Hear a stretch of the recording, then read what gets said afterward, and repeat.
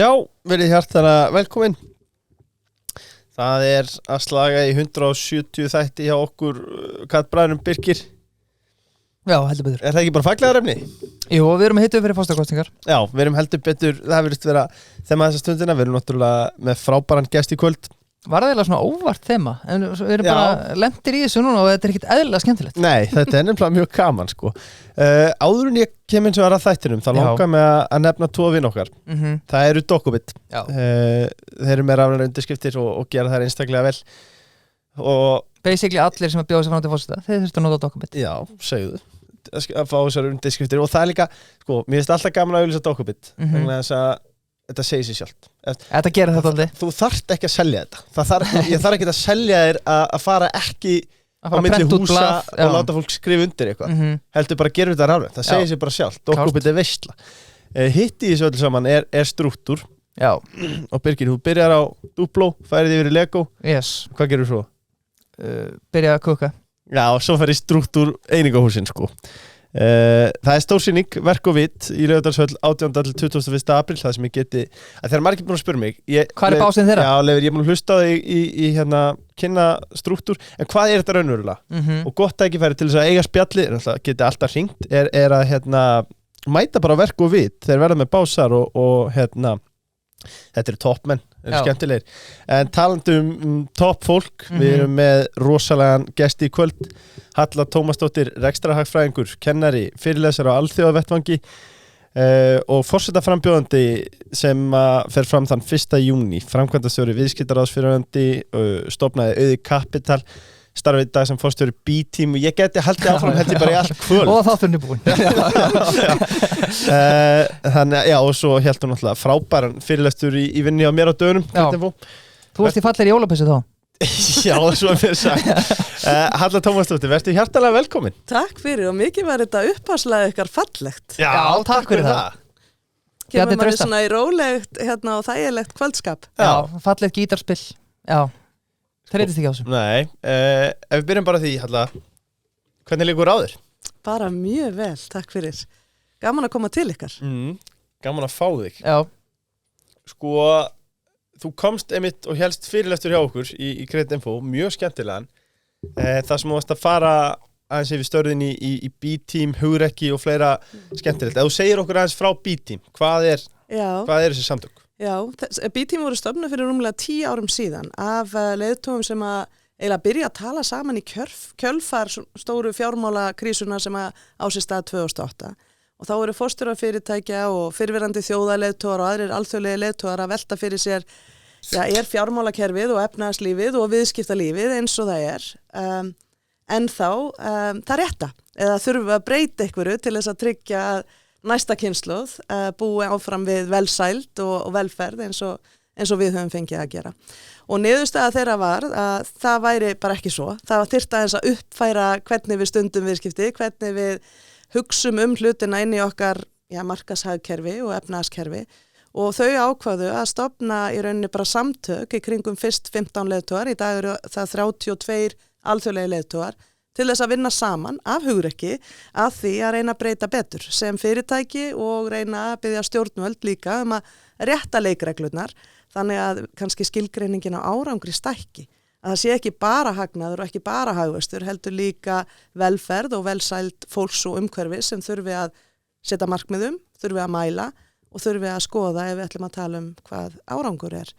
Þannig að þú getur sagt að þetta sé svona, þeir leiðtogar sem eru kannski framsýnni en aðrir og sjá kerfi sem er kannski aðeins bara orðið gamalt og ekki lengur að sinna okkar þörfum og sannarlega ekki okkar framtíðar þörfum og ákveða að ganga undan með góðu fordæmi og láti ekki þar við sitja heldur reyna að beita stjórnvöld ákveðnum þrýstingi og hvatningu að laga leikreglurnar þannig að við förum til dæmis að setja verð á þau verðmæti sem raunverulega felast í náttúru í að búa í góðu samfélagi og svo framvegis. Þannig að þetta eru allt fólk sem trúir á markashagkerfið en heldur kannski að við höfum gengið dálítið hart fram á kostnað getur næstu kynslóða til að eiga gott líf. Og hvert fólk kannski getur að lesa til í alþjóðaviðskiptum, það er Boeing-skandallinn og allt þetta dæmi.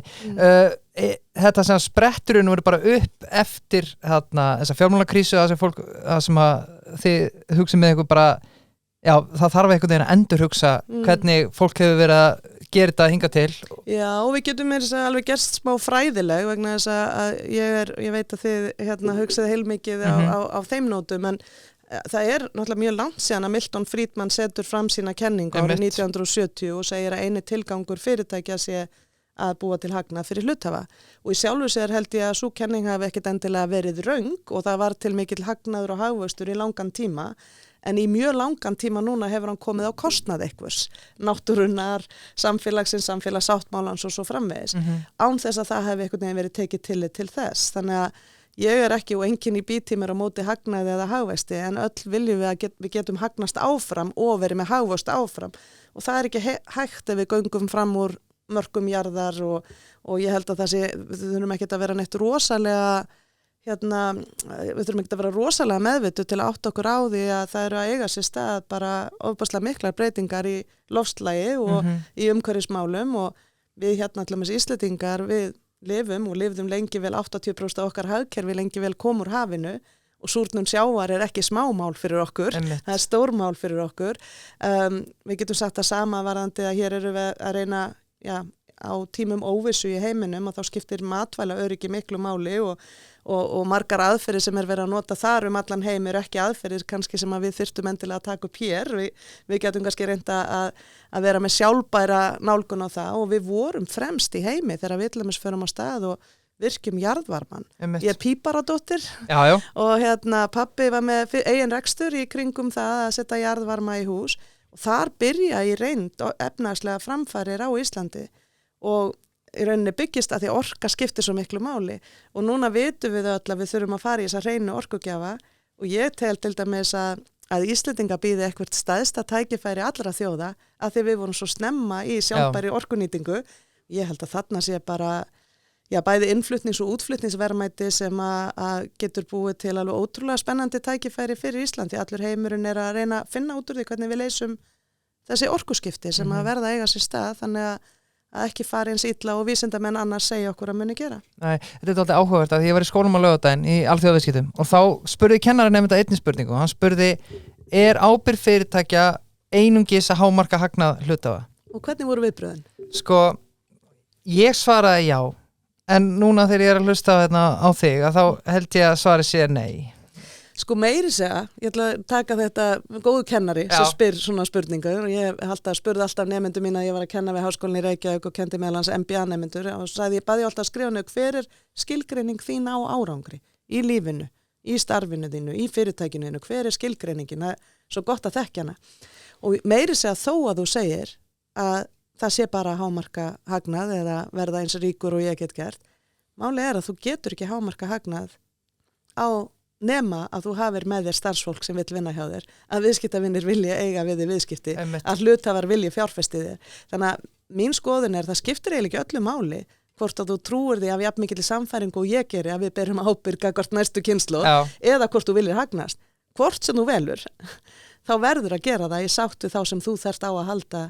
Það byggir engin upp fyrirtæki til lengri tíma á kostnað alls þess sem skiptir samfélagi málið, starfsmennina málið. Og ég finn til dæmis, mér gott að taka svona dæmi, Mark Benioff sem stofnaði Salesforce fyrirtækið og fórstjóri þess í dag, einn af okkar leiðtogum í B-team, og hann segir bara eiginlega allt sem hann gerir, hann mikill baráttumaður fyrir það sem hann kallar kannski svona nútíma kapitalisma, eða kapitalisma sem hann gengur til framtíðar. Hann segist gera allt sem hann gerir vegna þess að starfsfólki vekur athygli á því. Hann veit bara, hann ekki neitt án starfsfólksins. Þannig að það sem skiptir hann máli, og þegar hann lagaði launamun kynjana, þá var það ekkit endilega vegna þess að hann ætlaði að reyna að breyta rétt. Hann var bara með konur í vinnu hjá sér sem kom og sýndi honum gögnin, og hann sá fyrir sér að hann myndi ekki laða að fleiri konur eða haldi í þar nema hann breyti þessu, svo hann breyti þessu. Þó það kostaði hann mikið, og nú vilja alla konur í tækningeiranum vinna hjá Salesforce, því að þær vita að þar ekki launamunur kynjana. Þannig að þetta hefur bara reynst hans fyrirtæki mjög. Þetta var lítil fjárfesting í samhengi við það sem hann uppskar. Já, algjörlega. Sko, þetta starf eins og við tölum að beita þrýstingi á ríkisstjórnir og þessi stórfyrirtæki.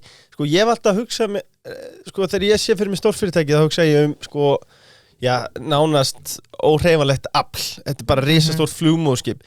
Hvernig hefur maður áhrif á svona stór batteri sem að hafa einmitt kannski mörg hver skýr markmið það eitt að skila hagnaði til hluthafanna?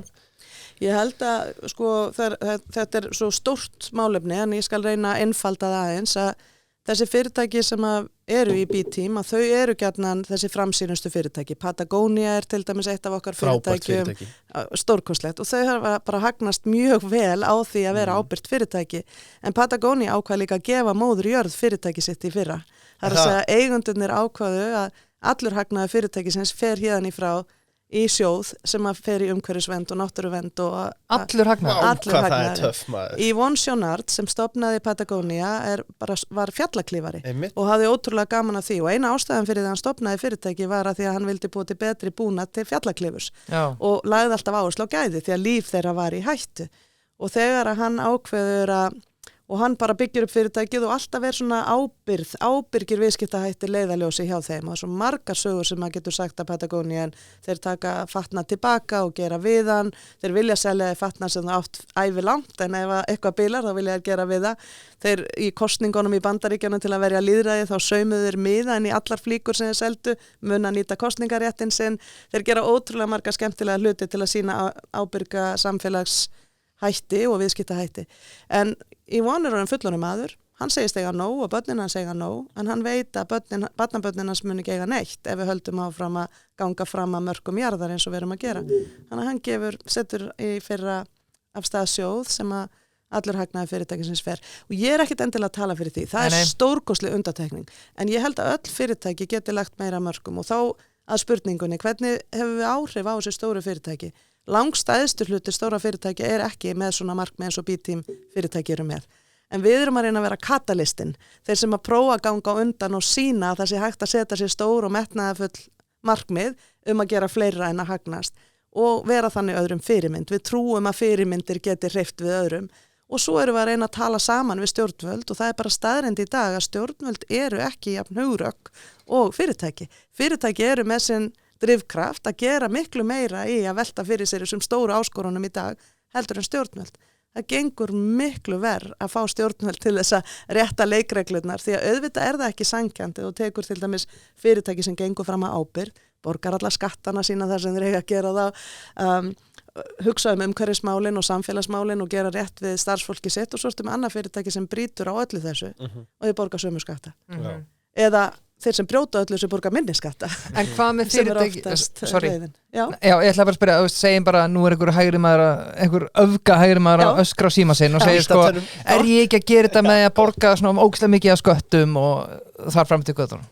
Jú, en staðreyndin er og skattar ef margir, sko, ég ætla ekki að vera að draga úr því að skattstofnin skiptir öllu máli, en ef að skattstofnin verður til með því að brjóta niður innviði sem að við þurfum á að halda til að halda áfram að reka fyrirtæki við hinn líka, að þá ertu farin að ætta skattleggja það eða setja verð á það.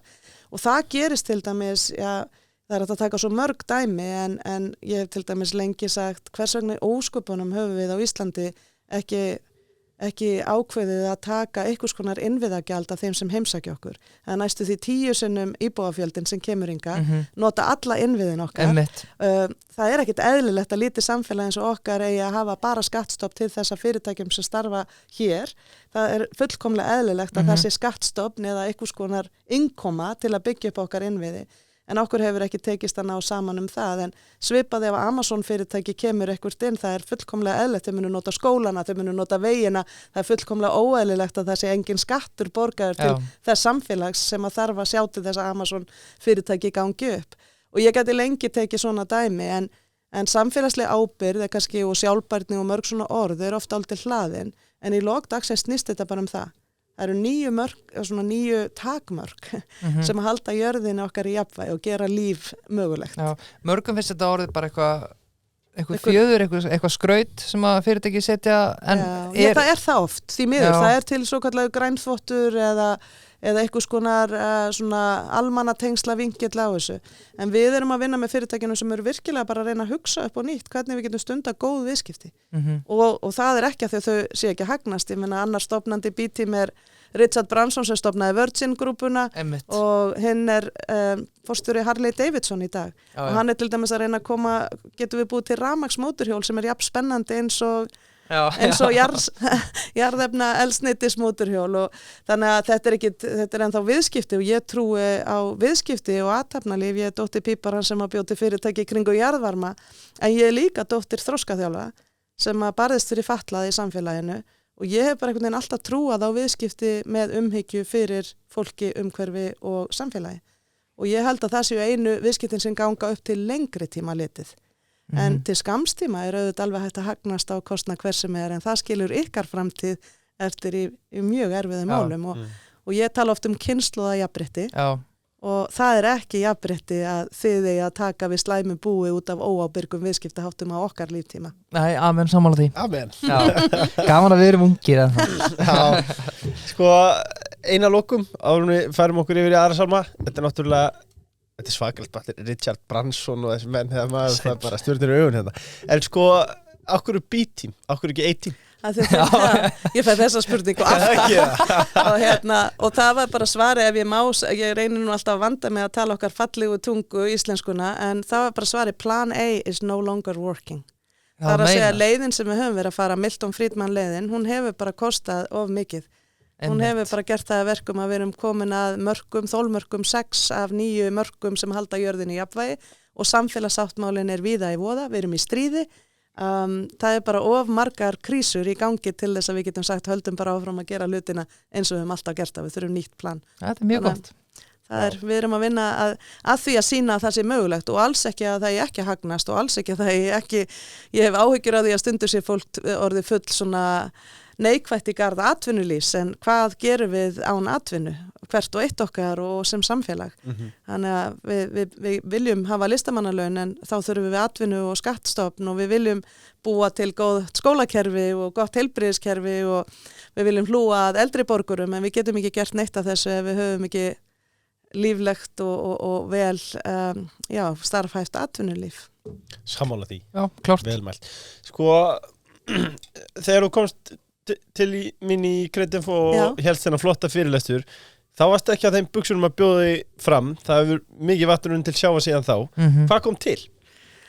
Já, þetta var í desember þú varst í jólapeysunni og þið öll, það var gaman að koma til ykkar og þá var ég að tala bókina mína Hugur ekki til að hafa áhrif sem ég gaf út í september og var svona svolítið mín leið til þess að reyna að valdefla einstaklinga og fyrirtæki og bara Íslands samfélag til að skilja svolítið að við höfum öll hlutverk og mikilvægu hlutverki að gegna á þessum umbreytingatímum.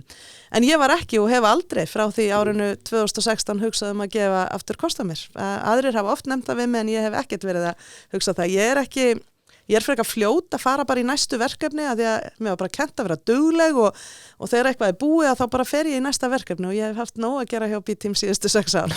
En það sem að gerist auðvitað er að Guðni kemur okkur óvart 1. janúar, þá byrja fólk að ræða við mig en ég hef svona sem lært það að þú gerir ekki neitt stórt að því að aðrir segja þú að gera það. Þú verður virkilega að vilja sjálfur gera eitthvað, það þýðir ekki að verða við áskorunum eða hvatningum nema hún virkilega komið, þú sem með eld í maganum eða að brenni eitthvað inn í þér og það var ekkert alveg að koma strax ég var bara upptekinn og ég var út allt en ég ræddi við B-team leiðtogana sem ég vinn með, ég er svo heppin að vinna með mörgu áhugaverðu fólki sem ég hef kynnst vel og einn þeirra var til dæmis Mary Robinson fyrirverandi forseti Írlands sem var kjörin 1990 og hún segir ofta hún hefði aldrei gefið kost á sér ef að Vigdís Finnbogadóttir hefði ekki gefið kost á sér 1980 Þannig aðeins að tala hversu mikill máttur er í að vera fyrirmynd að Mary varð einhver farsarlegasti forseti Írlands af því að Vigdís gaf kost á sér, svona getum við stundur hreyft við heiminum.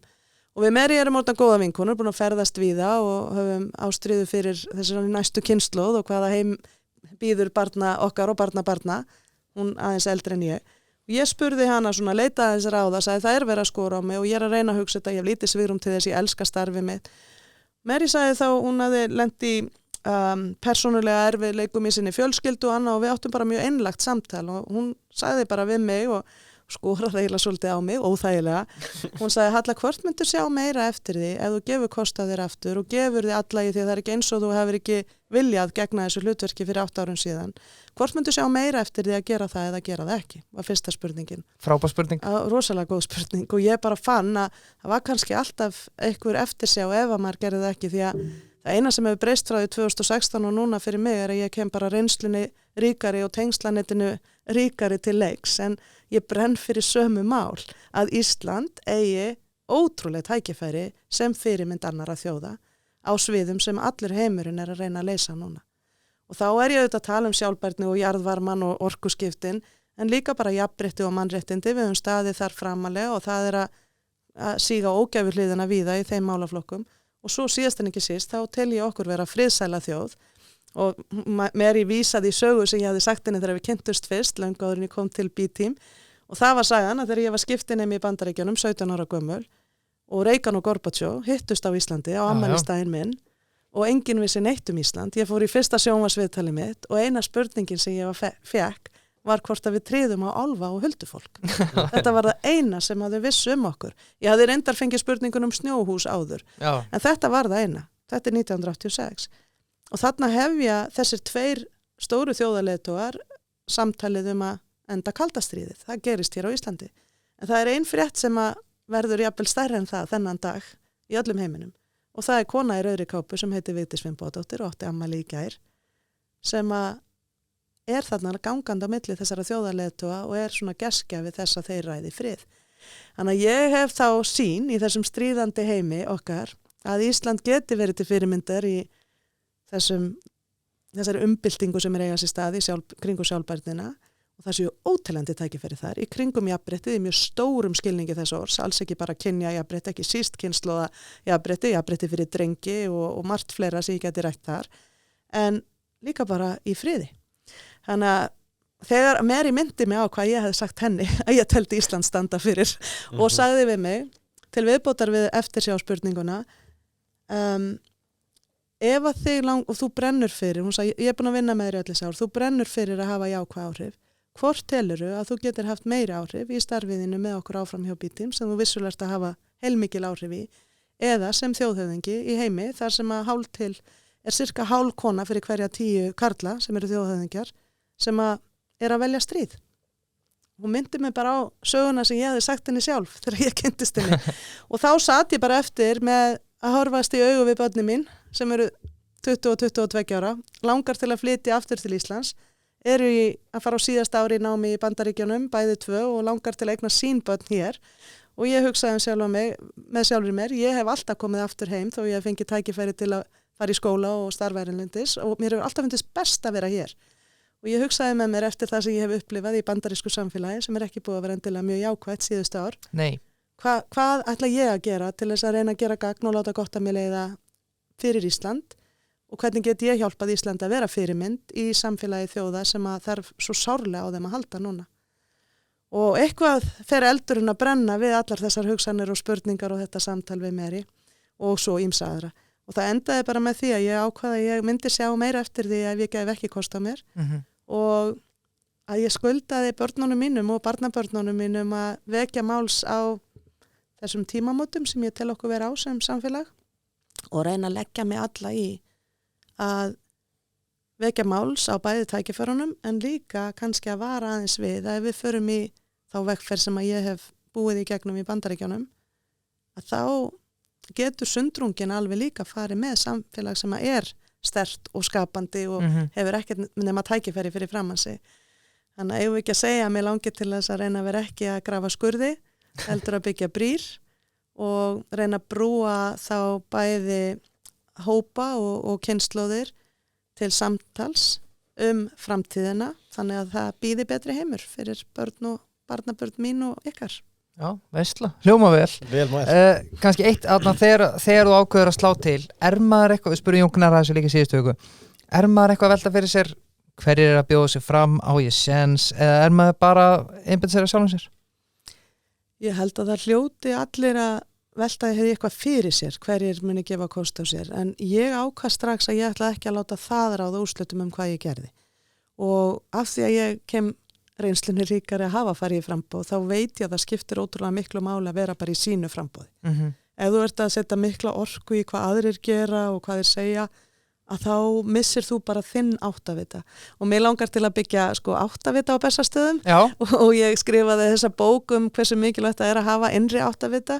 Ég held að ég hef eitt mestri orkunni að hugsa hver minn áttaviti og hvaða áttavita gæti ég séð fyrir mér að íslensk þjóð myndi kannski bara hafa á Bessastöðum sem lýsti bara þeirri langtíma sín sem ég tel okkur stundum gleyma að sinna. Við erum mjög góð í þetta reddast á Íslandi, við erum jafnvel heimsmeistarar í því, besti heimi í því, en við erum ekki eins góð og við gætum verið í að setja okkur skýra langtíma sín sem hjálpar þá þessu samfélag og þessi grunngildi sem ég held að þurfa að undirbyggja allt. Þannig að ég ákvað bara svolítið að eyða tímanum í minn áttavita og það sem ég sá fyrir mér sem áttavita Íslands og velta fyrir mér hvar styrkleikarnir okkar liggja því að ég trú einlægt að ef við vinnum með styrkleikan okkar þá okkur allir vegir færir.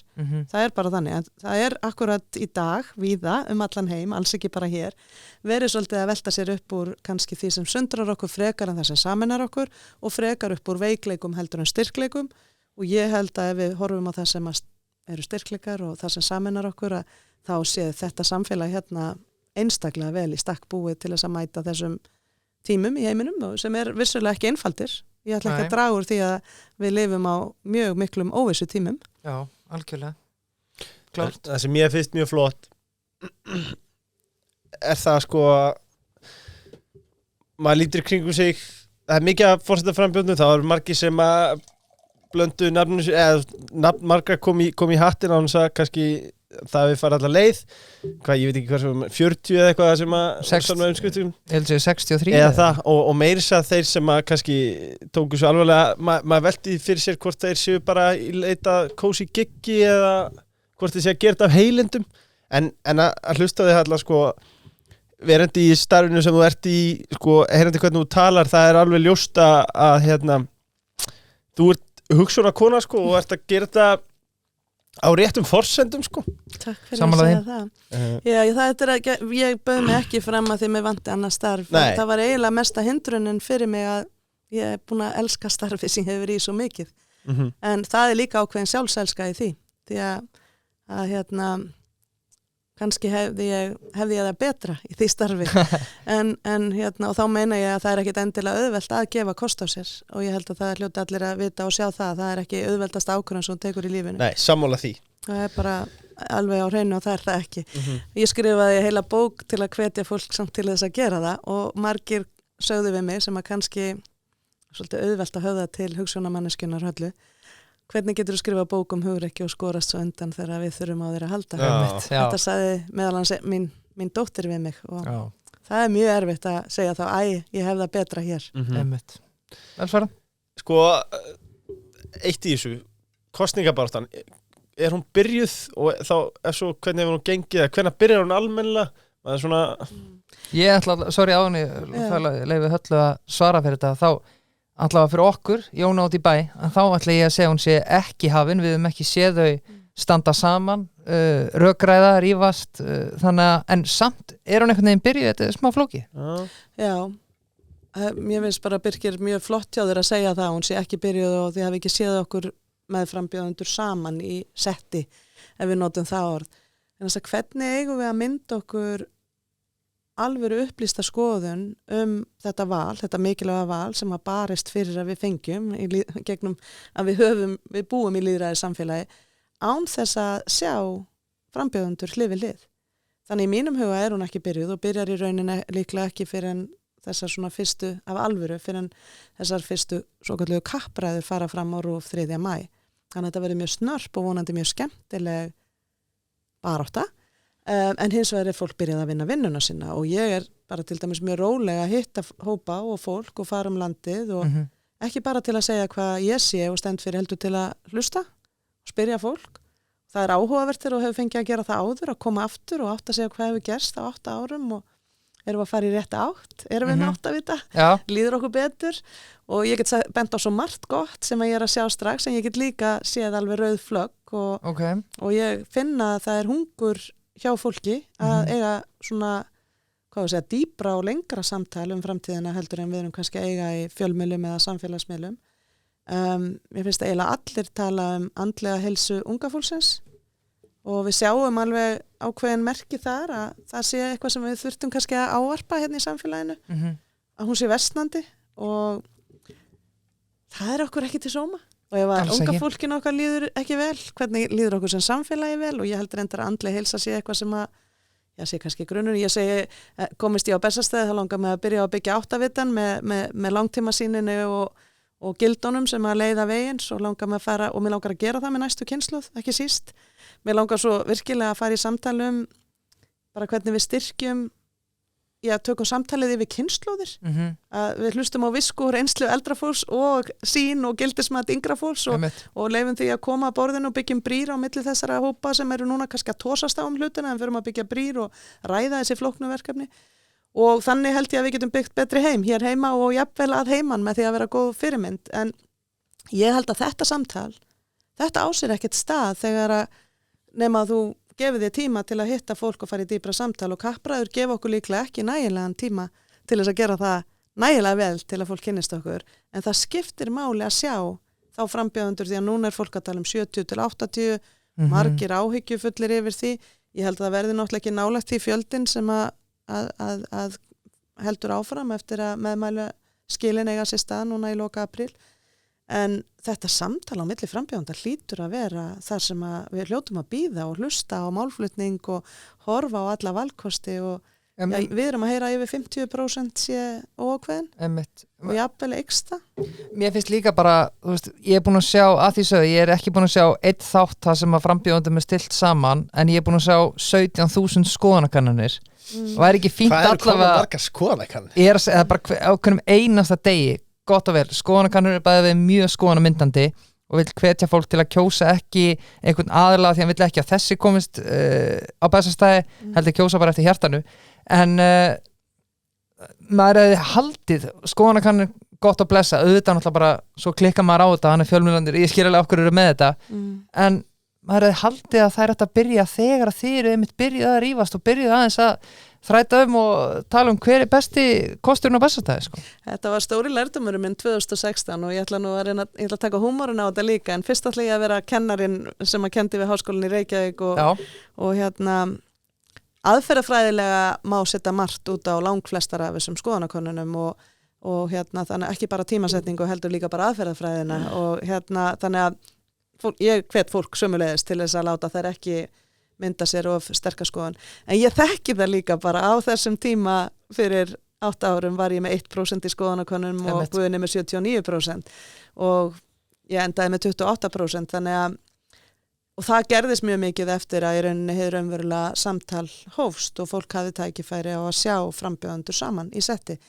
Þannig að ég gef ekkit rosalega mikið fyrir skoðanakannanir og ég ákvað og ég held að aðferðafræðilega séu þar bara eigi orðið dálítið erfitt uppdráttar og við erum ekki að sjá það bara á Íslandi, ég hef séð þetta við annar staðar þannig að Var ekki líka betra bara, var ekki betra að vera þá alltaf bara með eina góða? Eða skilur þú hvað ég á við? Þú veist bara eina sem bara með 10.000 manns eða eitthvað. Það væri betra að vera með vandaðri og fleiri og bara gera það að væri eitthvað kannski og víða eru reglur. Já, kannski vandaðri og færri sko. Og byrta, það eru víða reglur hvenær þú mátt byrta skoðanakannanir. En það enga reglur þetta hér og sumt eru mjög stór hluti eru netkannanir.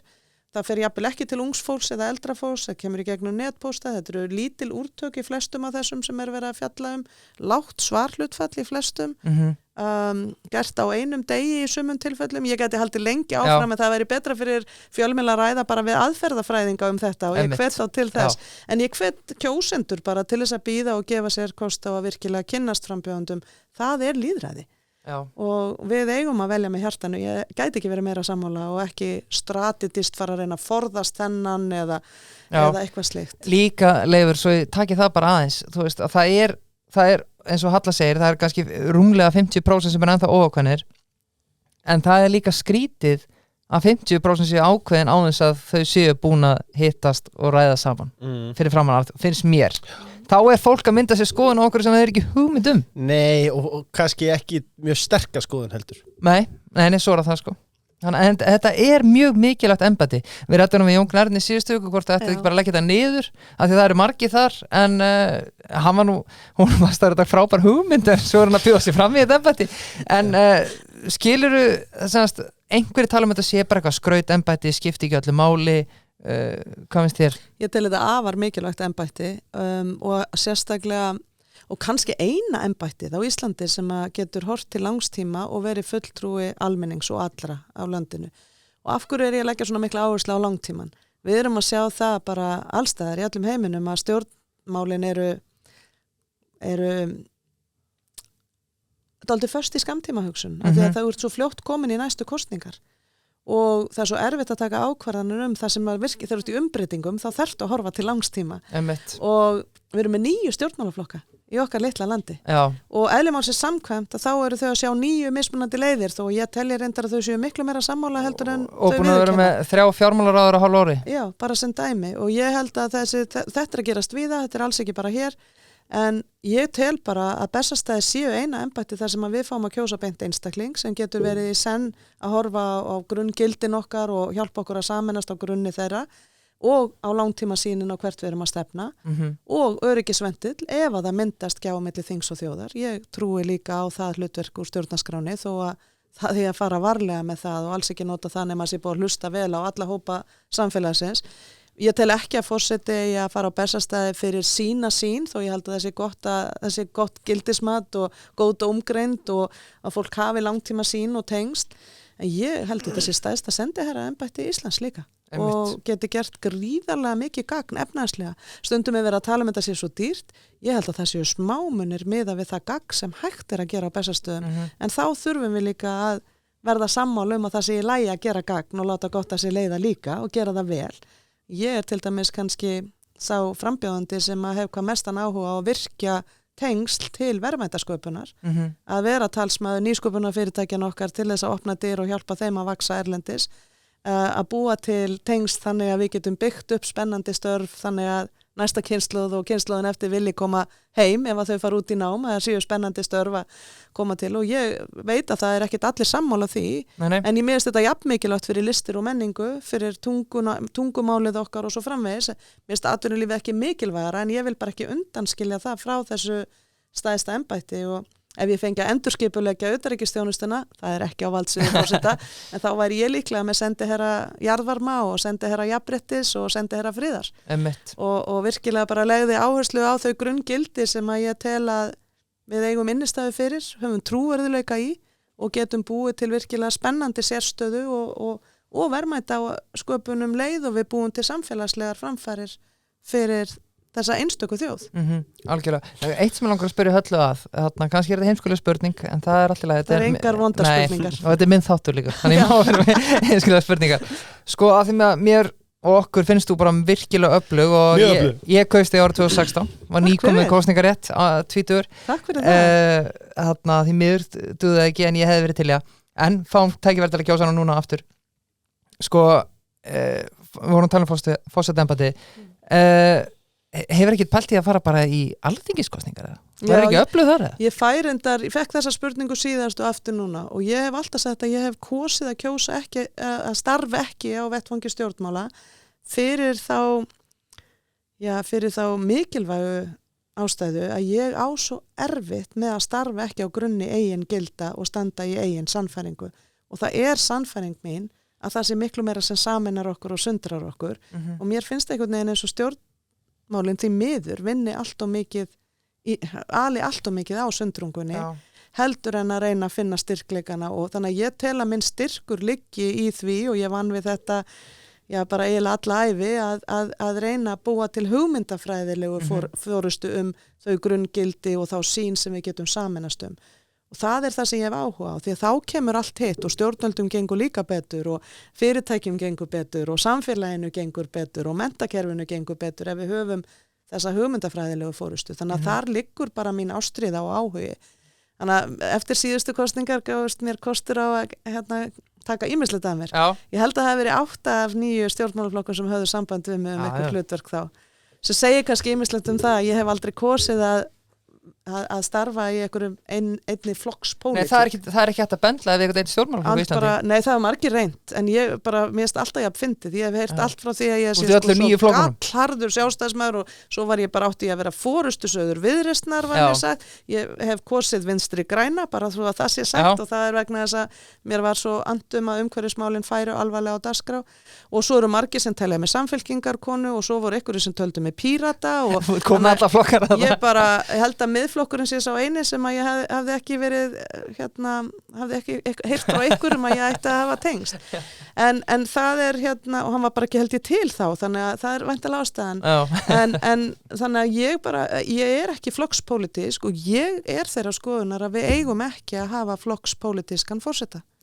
Það mín sýn á embætti óháð mínu framboði og það meðal annars vegna þess að þar, forseti þarf að hafa ákveðið hlutverk þó að það sé hér þingræði og ég trúi á það og virði það að þá þarna ákveðið hlutverk sem að bæði getur verið í blíðu og stríðu, ákveðið aðhaldshlutverk, ákveðin öryggisvendill og ákveðið svona almanna heilla hlutverk sem að ég held að sé mjög mikilvægt að geta haldið ákveðin hlutleysi gagnvart flokkspólitíkinni í kringum. Já, algjörlega. Ekki spurning. Sko, áður lengra haldið, þá langar maður að koma inn á nýja vin okkar. Já, það mikilvægt að vera vinnaríkur. Já, og eignast nýja vini, það mikilvægt líka. Já, og sko, kannski þetta klísja og þið verið það bara fyrirgefa mér. En mér finnst bara ákveðin gæðastimpill á öllum fyrirtækjum sem við erum í samstarfi við. Já, ég saman að því. Það er gæðastimpill. Já, það. Og kontaktfyrirtækjaráðgjöf eru mættir. Sér að þessi í sölu og litlum og meðalstórum fyrirtækjum. Ein elsta sjálfstæða fyrirtækjaráðgjöf landsins. Kemur að eigendaskiptum og endurskipulagningu 2 fyrirtækja hverju ári. Og svo eru við nýju vini okkar líka halla, eru Mason Westman. Hvetjum alla til að kíkja á masonwestman.is og versla sér vín þar. Þar heimsendingin. Já. Hún CAD. Getur notað þann kóða, CAD, og þá fáið þið fría heimsendingu. Það ekki slæmt. Ekki slæmt það, nei. Þetta eru alvöru vín, sko. Já, þetta er eins og við segjum, góða stöfið. Robert Westman, hann veit alveg hvað hann að gera. Já, sko. Já. Þetta er markveluna. Þetta mæta gott líka. Sko, Build Your Dreams, Halla.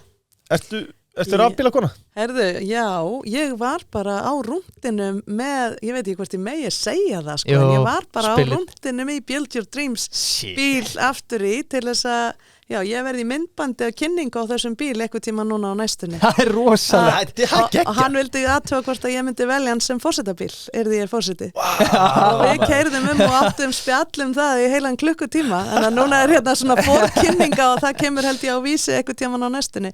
Og það markastjórinn á Bifröst sem að gera þetta svona í hliðarstarfi og það var svo gaman og þetta er ótrúlega flottur bíl. Já. Ég bara verða að segja og það er svo margt, það sem ég er stjórnsöm kona, ég er alltaf að reyna að verða minna stjórnsöm, en það er að stjórna svo mörgu frá sitjandi aftur í. Ég var mjög hrifin af því. Já. Og svo er hann fallegur og svo kom verðið mér bara svo óvart. Já. Þetta er besta auðlýsing.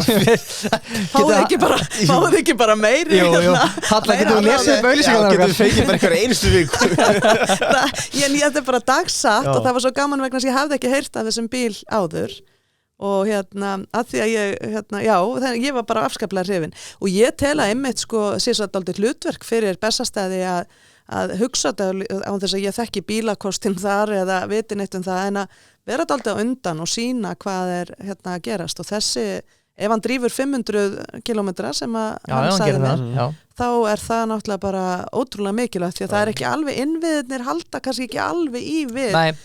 Ég hef verið nefnilega á hybrid vegna þess að það er svona innviða vandamál að vera alveg á rafmagni ef þú fer mikið út á land sérstaklega. Já. Í kuldanum, já, getur verið það. Og í kuldanum. En hann sagði að þessi bíl væri bara frábært, þannig að gerðu svo vel. Takk fyrir kærlega. Þá erum við búin að tala bíl. Já, í Ellingsen stúdíunum. Já. Og eru þeir ekki með Patagonia? Ég ætlaði einmitt að segja Patagonia fatna. Já, alveg örugglega myndi ég halda. Og þeir eru með og það gerist ekki betra en Patagonia. Nei, Patagonia er geggjamerki. Það er aldrei geðastempil Ekki spurning og þið getið unnið ykkur inn 50.000 króna gjafabréf hjá Ellingsen og versla ykkur þar leiðandi Patagonia fatnað. Einu sem þið þurfa að gera er að læka við nýjastu TikTok myndböndið þeirra og tagga vin. Já, sæll. Sko, já, þá aftur að þættum þetta var smá rúndur hjá okkur. Það var skemmtilegt. Nei, líka auðvitað alltaf, við ættum að setja forsetaframbjóður afakosti. Ef að hlustendur að kjósa þá verður hann að kaupa bitbeat. Mér leist allavega mjög vel á hann. Já.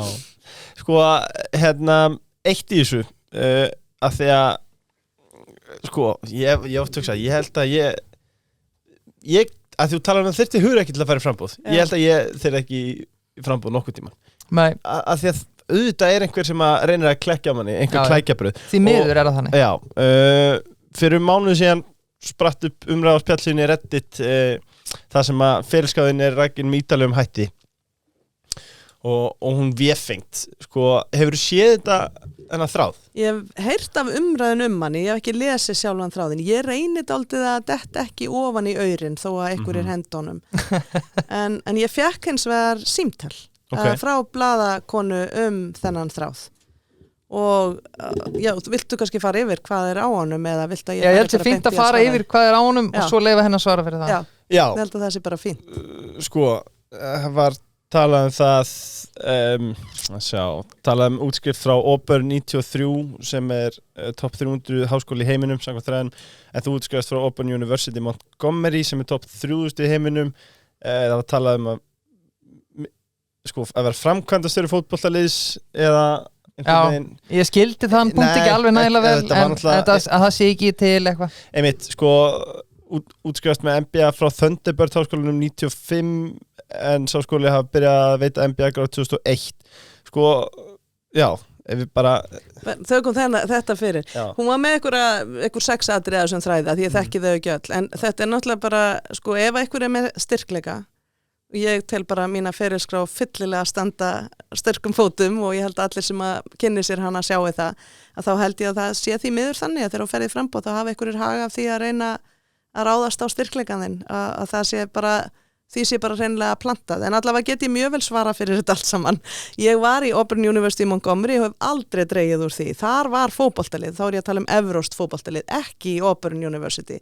Og ég var svokallaður manager sem bara framkvæmdastjóri á fótbolta þýðingu fyrir liðið. Þetta var glænýtt lið. Ég flutti örugglega 20-30 íslenska fótboltamenn til Alabama á þessum tíma. Það vita allir að ég var í Auburn University í Montgomery, þannig að þetta sprettur af þeirri fáránlegu einhverju fáránleiri að það einhver fréttatilkynning sem að fer einhver tíman frá í kringum forsetaframbóðið mitt, þar sem að Montgomery sleppt úr. Ég hef aldrei notað annað en Auburn University at Montgomery í mínum ferilskrám og bara stolt af þeim skóla og því sem ég gerðist þar. Ég var besti nemandi skólans. Hann eitthvað síðri heldur en hinn? Það getur vel verið, ég þekki ekki rankings, en þetta sama stjórn við báðum skólum. Þetta snýst hvort að borgarnafninu bætt við. Já. Og námið sem ég var í mannustjórnun var ekki kennt í hinnum skólanum. Það 45 mínútur á milli, þetta svona svipað eins og New York háskóli með margar campus. Þannig að ég held að þarna sé bara að vera að reyna að búa eitthvað til. Og af hverju farið þetta með fótboltalið, ég veit ekki af hverju það en það vita það mjög margir íslenskir fótboltamenn að ég var framkvæmdastjóri liðsins og flutti meira þess að eiginmannin út. Hann byrjaði í skólanum árið sem ég útskrifaðist. Var hann eiginmaðurinn þegar þú fluttir hann?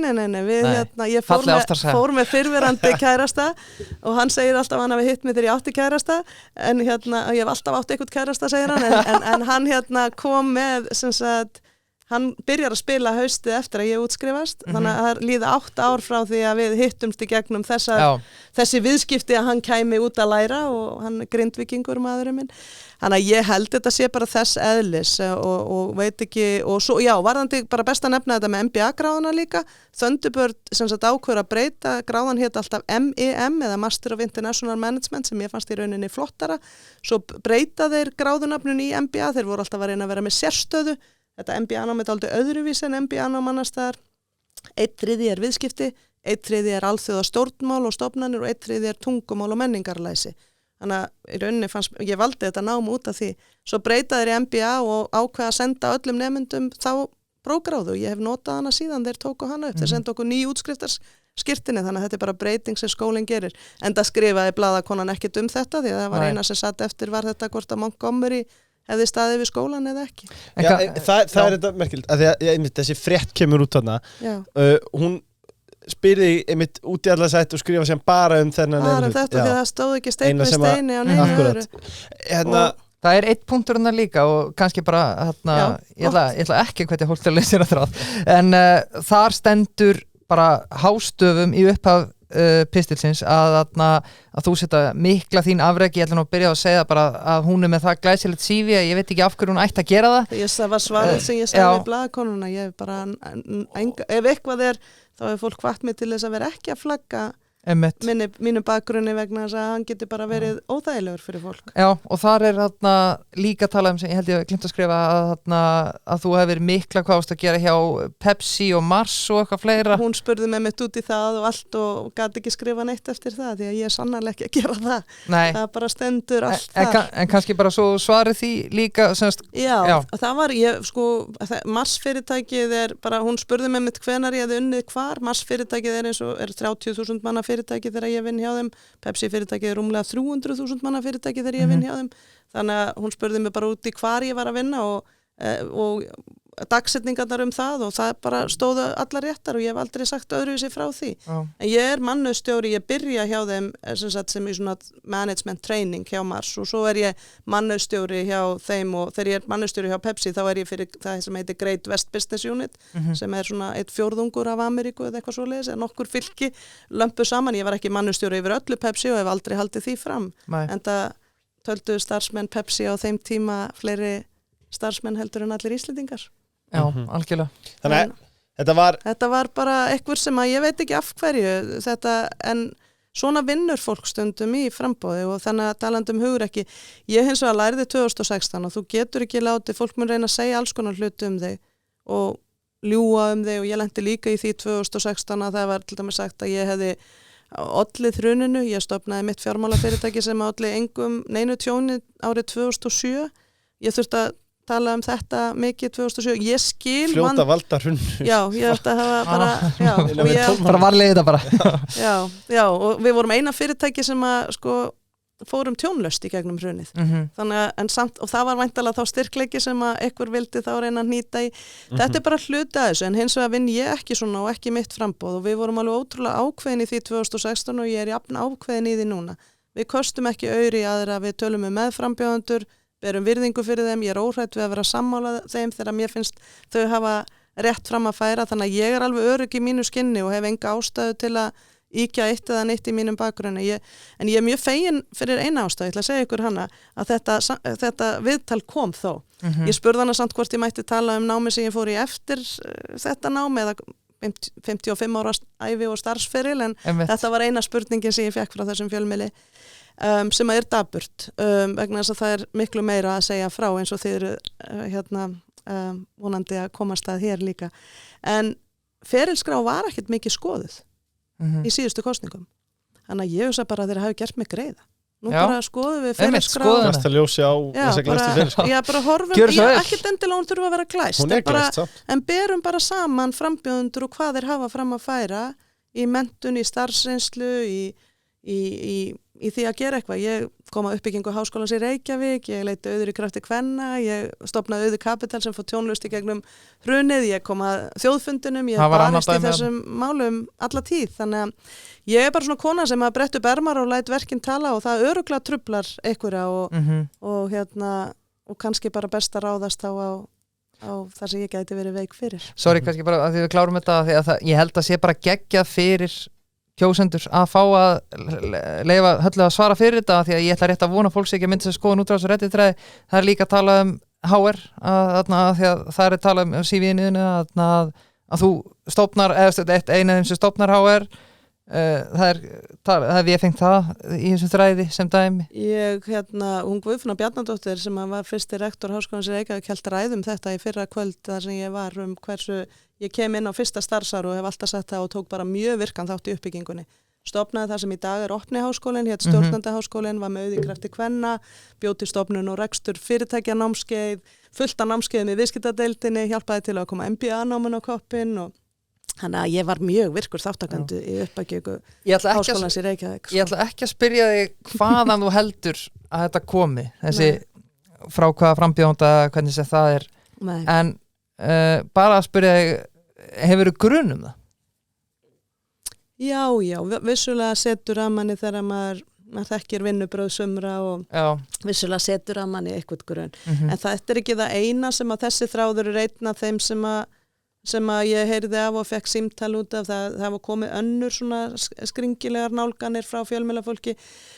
Ég velti mér aðeins meira upp úr öðru, ekki hverjir gera þetta. Það verður hver bara að hafa sinn hátt á. Ég ætla bara ekki að starfa svona, hef aldrei starfað svona og ætla aldrei að starfa svona. Ég held að fjölmiðlar ættu aðeins að spyrja sjálfan sig sína, bara, það var alltaf til svona eitthvað siðferðis, veit ekki alveg hvað þetta kalla, svona siðferðis eyður blaðamanna. Að hvort að það eigi að flytja fréttir upp af spjallþráðum eða talað heimildir eða af samfélagsmiðlum. Ég finnst stundum eins og það sé orðin heimildin og við vitum það allavega á Facebook og þetta eru alþjóðlega rannsóknir að 9 af hverjum 10 fréttum sem deilt á Facebook eru hatur, ofbeldi eða lygi. Þannig að það bara 1 af hverjum 9 fréttum sem deilt á þeim samfélagsmiðli sem við erum að taka allt upp á, sem er ekki að valda okkur andlegum skaða eða taka þátt í upplýsingaóreiðunni eða í raunin að grafa undan heilbrigðu samfélagi og lýðræði. Og við vitum hvað gerðist í forsetakosningunum 2016 í Bandaríkjunum og við vitum við erum að sjá þetta gerast aftur og aftur. Þannig að ég myndi segja að ég velti mér ekkit rosalega mikið upp úr hver að láta svona. Ég velti mér miklu meira upp úr því hvort að við séum að hjálpa ungu fólkin okkar gegnum skólan og annað, við sem foreldrar séum að ræða hvernig við greinum staðreyndir frá upplýsingaóreiðu og hvort að við í rauninni lærum að lifa sem ábyrgir borgarar á þessum tímum þegar að hlutum bara hent út til að sjá hvort að eitthvað festist á veggnum. Algjörlega. Og ég held að þetta sé bara mjög stórt mál í okkar samfélagi og ég heyri svo ótrúlega og þetta eiginlega það sem að gera það verkum að Trump kosin í Bandaríkjunum og þetta það sem stundað. Þannig að ég myndi bara segja við kjósendur sem að hlusta þessi ótrúlega mikilvægt núna og kannski aldrei jafn mikilvægt að við svona kleipum ekki bara eitthvað rugl sem við sjáum og ótrúlega mikilvægt að við veitum fjölmiðlum ákveði aðhald að þeir stundi í rauninni blaðamennsku sem að þýðir að þú ferði í heimildir og skoðar hlutina betur áður en það verður að frétt. Algjörlega, við erum nú ekki mikið að rósa Donald Trump eins og þetta en hann tala oft fake news og það margt til í dag það alls konar fake news á sama tíma reyndar á að dreifði vilt og kalli talaði líka alternative news en alternative facts fyrir gefið jáðar staðrendir bara loka spurning var þetta heldur þetta hafi haft eitthvað áhrif á frambúðin? Var þetta Pepsi var þetta starfið sem í þar það fyrir þess að Pepsi eða það eitthvað fyrirtæki eigu Pepsi? Nei, Pepsi Cola North America. En heldur þetta hafi haft áhrif á því? Og var fyrir margar markaseiningar innan þeirra, sko. Já, ég hugsa það vegna þess að ég held að fólk ég held að hafi áhrif á, sko, þegar það verið að reyna að draga úr trúverðuleika allra þegar það svona mikið af frambjóðendum og fólk svona, það verður svona aðeins rugla, þannig að það þarf ekki að henda miklu. En ég hef engar áhyggjur af því að það alveg sama hvernig ég hitti og ég veit alveg að þegar ég fæ tækifæri líka til þess að tala við þjóðina í beinni útsendingu og ég ætla að fara núna að vera meira í beinni útsendingu á mínum eigin samfélagsmiðlum eins og ég gerði síðast, það sem allir mig að spurja með hverju sem að eiginlega bara hverf allar efasendir ef að fólk gefur sér tækifæri til að spyrja mig eða kynna sér. Þannig að þetta meira svona ryk heldur en að ég haldi að þetta hafi einhver varanleg áhrif á mig. En ég lenti í þessu síðast líka og það var mjög svipað og mjög ósanngjarnt oft og það mjög auðvelt að missa orkunni í þetta. En ég bara komin aðeins lengra í lífinu en að ég missi orkuna í svona. Mér leiðist að fólk vinni svona. Ég vildi óska þess að kosningar væri ekki uppfyllar að þessu. Ég held að það séu allir frambjóðendur að lenda í einhverju svona. Ég held að þetta sé ekkert eitthvað sértækt fyrir mig. Það bara misjafnt hvað það er. En ég hef allavega enga ástæðu til þess að íkja neitt mína ferilskrá og meira þess að hefur mér verið leið að hálsi líka sjáðu hvað þetta er erfitt að feta réttu línuna annars vegar á ég ekki að vera á ég að hafa fegrað ferilskrána og hins veginn á ég að hafa verið ekkert nema ferilskrána ég sín ekki nógu mikla mannlega hliða því að ég er svo mikið að með svo mikla ferilskróp. Þannig að mér finnst þetta svolítið fyndið, þetta svolítið, það stundu talað með konur, ég veit ekki hvort þetta vera fyrir okkur, þetta svolítið svona, þú getur aldrei verið rétt. Nei. Þú ert annarkvort of mikið eða ekki nógu mikið að ykkur og ég segi bara, ég alltaf að læra á þessu og get miðla til ungra kvenna og karla vonandi af reynslunni af því. Ef þú tekur svona minn sem 22 í dag, var bara 15 ára þegar ég tek samtali hvort að við ætlum að gefa kost á okkur 2016. Og þá dóttir mín 13 ára.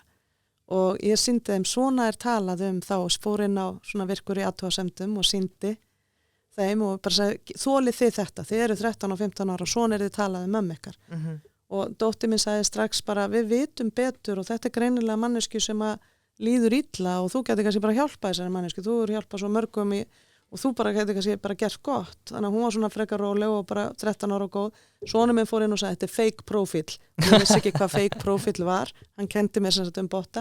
Og svo sagði mamma, ef ykkur ætlar að taka ákvörðun hvort þú gefur kostaður út frá hvað skrifað á samfélagsmiðla eða í athugasemdarkerfi, það myndi aldrnei neitt gefa kosta sér til neins. Nei, það líklega rétt. Og ég held að það sé kannski stóru skilaboðin sem að ég tók með mér þá og held í ef að erfiðar stundir koma nú. Já, algjörlega. Vel svarað, mjög vel svarað fyrir þetta. Þá var þetta bara afgreitt. Sko, við vorum aðeins byrjað að tala skoðanakannun áðan og þær ekki marktakar og þessi aðferðafræði fjölmiðla má draga hann í efa. En sko, auðvitað náttúrulega nýtið þú góðsæði að þú ert með reynslu og varst í þessari baráttu 2016. Já. En það einn spurningin það sko, ertu komin í pocket mode, þannig að þú ert að meðrast í kringum 5%, að núna þarf að henda eldhúsvaxnum og allt, staðan talandi fótbolta, staðan 3-0 fyrir hinliðinu og 10 mínútur eftir að leiknum. Já. Allir fram og bara reyna. Ég segi stundum á konur sko þegar það fara yfir 50 fara svolítið í þetta pocket mode sko. Þannig að það kannski ágæti spurning og það sem mjög góður aldur að vera á, vegna þess að þá ég held að ég sé ekkert komin í það, ég held ég að við kannski bara farið inn í þess að baráttu vitandi að þetta yrði bara rosalega erfiður tími framan af, það yrðu margir, það yrði rosalega mikil upplýsingáriða og að ég myndi bara þurfa að anda vel ofan í magan þanga til að tækifærin gæfist til þess að eiga þetta raunverulega samtal og vinna vinnuna mína. Ég var á Vestfjörðum með páskana og ég var allams upp á Skaga í gær og að fara til Vestmannaeyja og Stykkishólm og Reykjanesbæ og Austurland og Norðurland og allt framundan að ég fæ þannig viðtökur allstaðar og líka í okkar eigin útringingum að ég hef engar áhyggjur af því að það sé eitthvað neyðarástand í gangi. Nei. Bara ekki nokkrar. Og ég held að sömuleyti sé bara ágætt að geta átt þetta samtal við Íslendinga án þess að vera að velta fyrir sér hvort að þessi eða hinn fyrir ofan í, bara ég bara dálítið að leyfa þessu að gerast þarna meðan ég vinn mína vinnu. Þetta hörð? Verður þetta hörð? Kosningabarátta? Já, ég held það. Við erum örugglega með bara fleiri öfluga frambjóðendur heldur en áður og við erum með marga sem eru þekktar en ég og ég held til dæmis þegar skoðanakannanir eru framkvæmdar á tímabili sem þetta langt fyrir og eins og við sögðum aðan, samtali ekki byrjað, þá grípir fólk til þeirra nafna sem eru efst í hugunum. Einmitt. Ég held að ég sé ekki eitt þeirra nafna en það hef ég verið að vinna mest alþjóðlega síðustu 6 ár og það veit að ég þarf að minna á mig aftur og það bara það sem ég að gera. Já. Og ég hef bara fulla trú á því að fólk muni þegar það sér okkur bara jafnvel skiptum skoðun í einhvern tilfellum líka. Ekki bara óákveðnir, heldur bara skiptum skoðun. Einmitt. Og ég sagði síðast að ég hefði kannski ekki enda sem forseti en ég hefði enga síður verið sigurvegari í kosningana. Já. Ég sagði það ekki að því ég hefði gert betur en aðrir, ég sagði það vegna að ég fór alla leið á grunni minna gilda og mér fannst ég hafa jákvæð áhrif á samtalið og á hvernig bara við komum fram og setja fullt af málum á dagskrá. Ég með dálítið öðruvísi skilgreiningu árangri margir. Mér langar að fara á Bessastöð og sinna þessu verkefni sem ég sé en ég lifi það alveg af ef það gerist ekki. Einmitt. Og þannig að þetta ekki þannig mál fyrir mér en ég ætla að leggja mig alla í þetta. Já. Og ég ætla að hvetja alla kjósendur til þess að virkilega horfa á frambjóðendur hlið við hlið. Já. Og gera ekki upp hugsinn út frá skoðanakönnunum sem í mörgum tilfellum eru megin gallaðar. Þannig að ég bara mjög róleg en þá yfir þessu en ég líka orðin 50 eitthvað og þá maður kannski bara það gerist sem á að gera aldrinum. Já, algjörlega. Þannig að þú ert enda bara nokkuð sigurviss. Mér illa við orðið sigurviss. Okay. En ég samt Íslendingur og við erum sigurviss og ég segi alltaf leikurinn ekki búinn fyrir hann búinn nei. og það ótímabært að ákveða hver vinnur leikinn og þetta sem knattspyrnu áhuga manneskja alla tíð og hafandi verið á svo mörgum leikjum ekki síst á EM 2016 þar sem að sonur minn hefur ekki enn fyrirgefið mér að við áttum miða á alla 3 leikina en fórum bara á 1 því að ég var í framboði, hann hefur ekki enn fyrirgefið mér en á öllum þessum leikjum sem við spiluðum þá, hversu oft var þetta á síðustu sekundunum eða mínúndunum sem að við kláruðum þetta. Ég held að þetta verði svona kostingar. Þannig ef við ekki að segja að ég sé bara bjartsýn og ég sé bara í eðli mínu líka bara mjög bjartsýn manneskja. Þannig að ég dætti ekki neitt hildýpi þó að skoðanakannanir reyni að íta manni þangað. Og ég ekki viss að eigi neitt inni samkvæmt skoðanakannunum heldur þegar á hólminn komið. Ég bara alls ekki viss það. Nei, heldur að fólkinu sem fyrir ofaði núna í skoðanakannum heldur að þeim geti fara að líða kannski of þægilega? Já, ég hef stundum hugsað 2016 og við Guðni höfum nú stundum rætt það en það hefur örugglega verið mjög erfiður síðasti mánuðurinn hjá honum að fara frá 79 í 39. Það örugglega ekki gott. Nei. Ég einhvern veginn, amma og mamma kendu mér alltaf sígandi lukka best. Já. Ég dálítið svona manneskja þegar að það þarf aðeins að sækja aukakraftin. Þá kemur hann bara meira fram í mér. Þannig að ef ekki að segja baráttandinn sé allavega alveg á fullri ferð en þá innra með mér þó að ég sé róleg og yfirveguð og fólk ekki búið að sjá það síðast af Höllu Tómasdóttur. Nei, heldur betur ekki. Án ekki menna spurningu Leifur, hringdu, þeir vilja bara á dreifu bóðskapnum, segðu mömmuðinni, pappaðinu, vininni og vinkunum að gangtur þessi hringdu. Þá fannst þú dýr. Já, amma að við fá heima sem frýtt. 0 krónur. 0 krónur. Já. Sko, það náttúrulega eitt, við reyndum við Jón, sko. Já, sístu auku. Já, það voru margir sem lágundi feldi og voru að meta hvort þeir myndi bjóða sér fram. Sko, annars að fara eitthvað út í saumana á því, sko, reiknaður með því að Katrín myndi til dæmis gefa kost á sér til forseta, verandi forsætisráðherra? Góð spurning. Mér fannst það ótrúlegt en líklegt. Já. Ótrúlegt vegna þess að það fordæmalaust og ég held hún sé að það hafi verið í embætti þar sem hún gat í rauninni haft virkilegt afl til að koma öllum sínum hugsjónum í framkvæmd. En líklegt vegna þess að hún tók aldrei af vafan þegar hún var spurð. Og þá hugsaði ég bara það bara mjög líklegt. Þannig að ég ákvað bara, ég var spurð af mörgum, að ég ákvaði að láta ekki skora á mig og ég lá aldrei undir feldi. Ég var bara mjög upptekin í mínu starfi og ég þurfti að finna út úr því hvernig mín verkefni þar kæmust á aðrar hendur. Og ég ákvað bara þegar ég tók ákvörðuna þá steig ég bara beint fram nokkrum dögum síðar með kannski að mati sumra illa undirbúið framboð að ég vildi ekki reyna að búa til eitthvað uppslátt fyrir það ég ætlaði að láta svo og svo marga skora á mig og vera undirbúið eitthvað í felum. Ég vildi bara ganga hreint fram og segja að ég ætlaði að gefa kost á mér og þannig að við erum svona svolítið ennþá búin að vera einmitt bara að undirbúa okkur, við erum bara svona almennilega skipulegja okkur, þetta eru mikið vinir og vandamenn sem eru með mér, við erum bara endalega svona ná utan skipulegi núna og þannig að ég sagði alltaf þegar þau spurðu mig hvað ef að Katrín gefur kost á sér og ég sagði alltaf ég get ekki tekið þessa ákvörðum byggt á því hvað hún ákvörður að gera.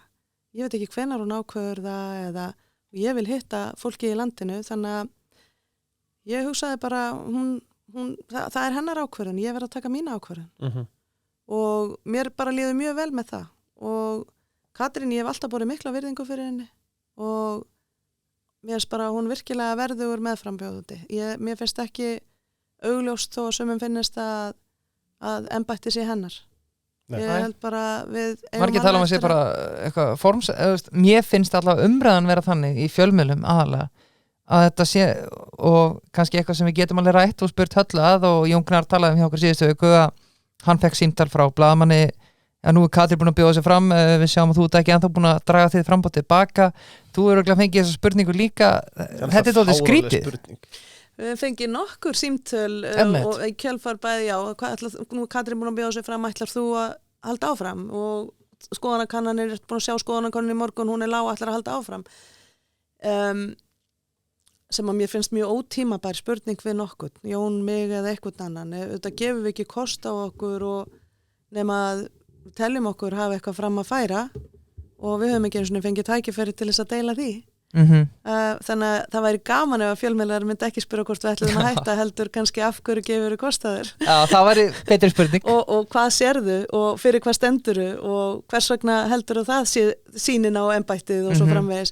Það væri miklu skemmtilegra samtal en það hlýtur að koma núna. Já. En það alveg dálítið svona við skulum segja að ég heyrði hluta af viðtalinu ykkar við Jón og ég held að hann hef ekki haft rangt fyrir sér þegar hann segir að það auðvitað gríðarleg forgjöf að stíga fram sem sitjandi forsætisráðherra með stuðning í orði virðist vera margra í ríkisstjórn og í fjölmiðlum alla daga, það ég meina að gera sér allir grein fyrir því að það mikil forgjöf í því en ég held að fólkið hefur alltaf kosið forsætan á Íslandi og ég held að fólkinu hafa bara alltaf lánast að kjósa vel. Já, algjörlega. Og ég ætla bara að treysta fólkinu í landinu til að velja vel núna líka. Já, þetta alveg góða punktur í Höllu. Við höfum verið bara mjög heppið með fórseta.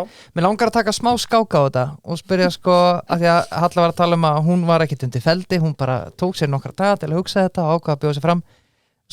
Tímasendingar. Þú veist, ég pæli sem mikill skákmaður sjálfur, það má bjóða sér fram til safna meðmælum til 27. apríl.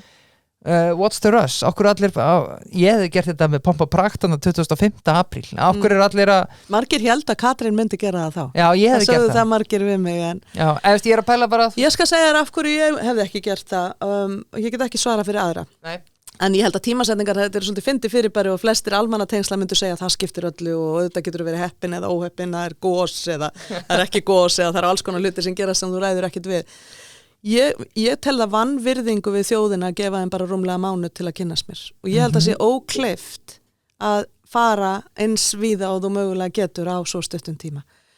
Þannig að ég gaf kost á mér 17. mars, gerði það reynda líka síðast og þá var kosið seinna í júní til að hafa nægan tíma til þess að fara og hitta eins marga vinnustæði, eins mörg byggðarlög, eins marga hópa, hafa eins marga opnafundi og hægt til að fólk gæti kynsmanni. Já.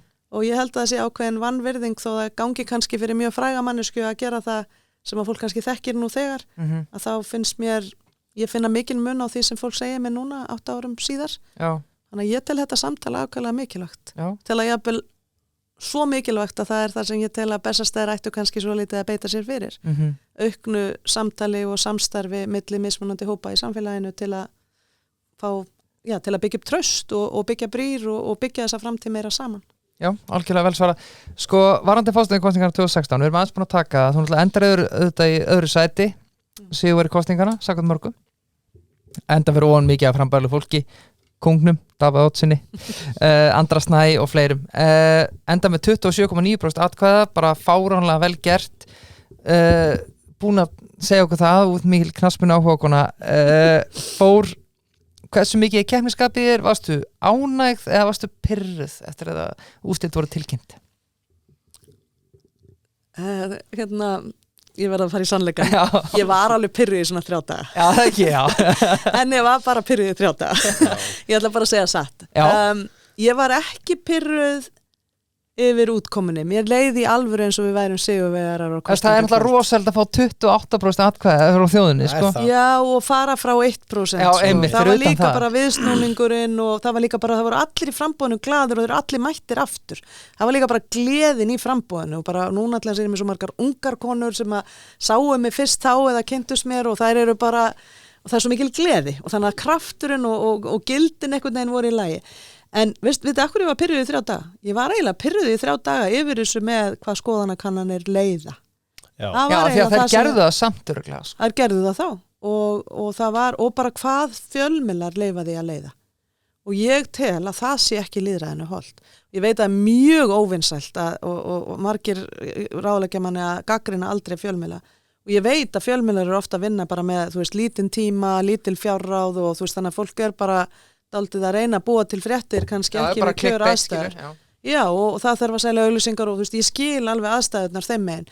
En lýðræðið er eitthvað sem ég ber alveg ofboðslega mikla virðingu fyrir og það var barist fyrir að komast þangað. Og ég líta alvarlegum augum ef við vöndum ekki betur til að gefa, og þetta er ekki virðing við frambjóðendur, þetta er virðing við kjósendur. Og ég til dæmis, og ég nefndi þetta áðan, en ég ætla bara að ítreka það aftur, ég myndi vilja sjá RÚV vera allavega 3 sinnum með samtal þegar að er þetta margt sem þarf að tala að hver frambjóðandi fá að tala í 3 til 4 mínútur sem var reyndin síðast í hverjum af þessum gagga bara ekki nóg. Sjáu, en sem betur fyrir höfum við hlaðvörp eins og þetta, sem betur fyrir höfum við samfélagsmiðla þó að þau kannski harmi stundum andlega heilsu okkar og heilsu lýðræðisins, þá höfum við allavega fleiri leiðir til að nálgast fólk í dag og ég reyna að leggja mig bara fram að vera aðgengileg, það megi spyrja allra spurninga, þegar að ég tek opna fundi að þá bara lýsi ég aðeins mínum bakgrunn og minni sín en leyfi svo fólki að spyrja bara hvað sem það vill í beinni. Ég fer núna að byrja að gera það líka á Facebook og á Instagram. Já. Það eitthvað sem að skilaði sér mjög vel síðast, að fólk kann bara mjög vel við að mega spyrja hverju sem og það bara margt til að spyrja þessa dagana, frá stríði í gervigrindabyltinguna í hvað að gerast í sjálfbærnimálum og þessum tækifærum sem að ég sé og ég var til dæmis upp á Skaga í gær, ég var að hugsa þetta, ég var að skoða Running Tides meðal annars, ég veit ekki hvort að þekki það fyrirtæki, en þetta náttúrulega bara stórkostlegt fyrir að rækta þara og setja það utan á viðarkubba og setja það ofan í sjó til að grípa kolefni og þetta bara, það verið að gera svo marga spennandi hluti, þarabyltingin komin, það verður næsta, við getum breytt pakningum með þara, við getum búið til fæðu með þara, Ísland bara matarkista og hafsjór af nýsköpunar tækifærum að mínu mati og bara sköpun yfir höfuð líka í listum og menningu.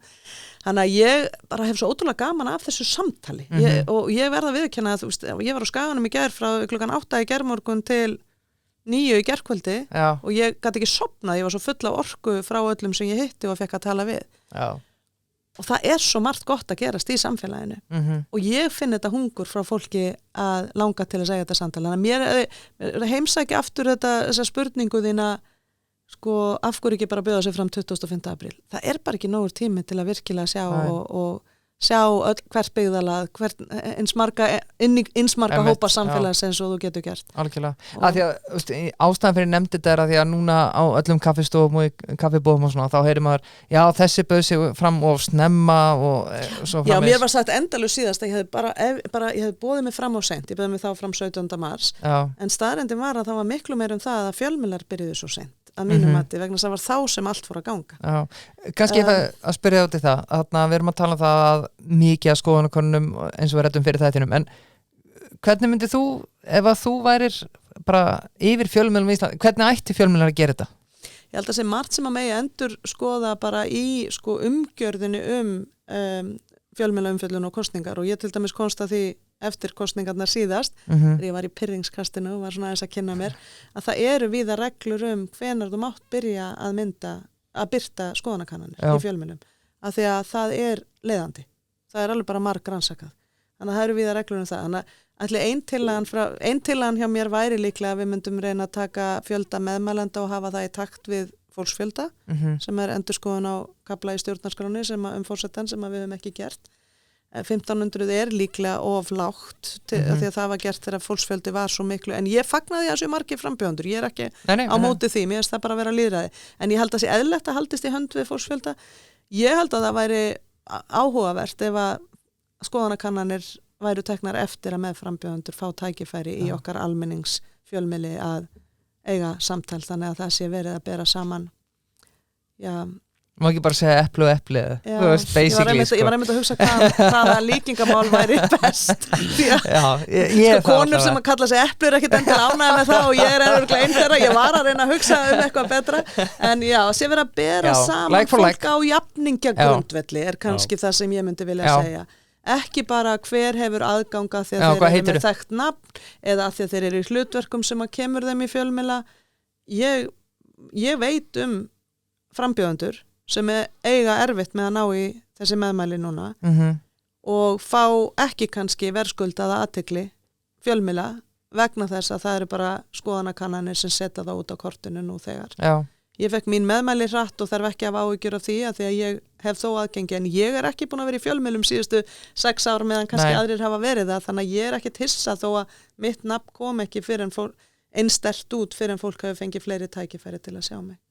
Og það eru stundum teknar skrýtnar ákvarðanir, það eru stundum teknar ákvarðanir frambjóðendur þegar þeir eru að búa til svona smá stemmingu fyrir sínu frambúð að fá að fara inn í ákveðna þætti sem að ákveði margir horfa og svona, þannig að það bara, það skiptir máli, sérstaklega við erum með Ríkisútvarp mér finnst það skipta máli og þau eru að vanda sig mjög mikið því að þau vilja reyna að gera Já, þetta en það þýðir jafnframt að skoðanakannanir eru kannski bara búin að mynda skoðunum hverju komast inn í hvaða samtali á þeim.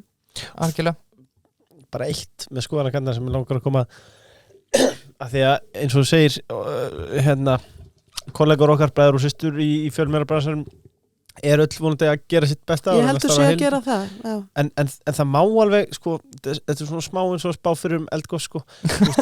Þú veist ekki neitt, sko. Bara það má alveg setja gæsalappirnar á þetta, því að ekki slengi svo fram eins og þetta séu staðreyndir, heldur segi þetta var úrtækið. Þeir eru byrjar að segja margtæku munur, sko, ég læra það í gagnagreiningunni. Já, en það er samt, það segir ekki til hversu margir, sko, tóku þátt eða hversu margir svöruðu síðan af þeim sem tóku afstöðu, allir þessi hlutir mega alveg koma fram, sko.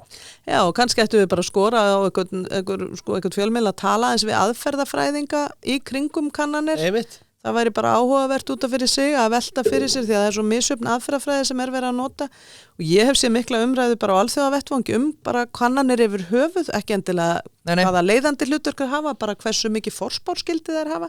Til dæmis bara í demókrataflokknum í Bandaríkjunum að hafa þær ekki reynst mjög sannspáar síðustu misseri og það er mikið verið að ræða af hverju er það. Af hverju er svona mikill munur á könnunum og raunverulegum úrslitum. Og það eru ýmsar ástæður fyrir því en bara til dæmis hvað var mikil breyting þegar við vorum ekki lengur með heimasíma og allir fór þú veist það var mikil breyting þá og núna er verið að nota netpost í mörgu og það eru bara heilu kynslóðnar sem nota ekki netpost, bæði eldri og yngri. Er ég að bulla núna? Sorry, að þessari gagnrýni sagðri mér þykir vendum ykkur alla, please ekki að þetta skrifa fréttur okkur. Já, elskum ykkur. Já, og nýbúin að fá RP-vindu svona hraunið í fjölmiðla, sko. Já, mér þykir óskaplega væntum ykkur líka. og guðanabænum leyfið rödd allra frambjóðanda að hljóma. Já. Var það ekki, er ég að bulla núna, 2016, var ekki Hillary að vinna Trump í skoðanakönnum? Er ég að ljúga? Jú, er það ekki? Jú. Og það eru mörg og það eru bara svo mörg dæmi líka í forkostningunum. Það er áhugavert að því ég var að minnast á gervigreindarbyltinguna en núna í einum forkostningunum í Bandaríkjunum að þá ringdi Biden í alla og sagði þeim að kjósa hann ekki. Já.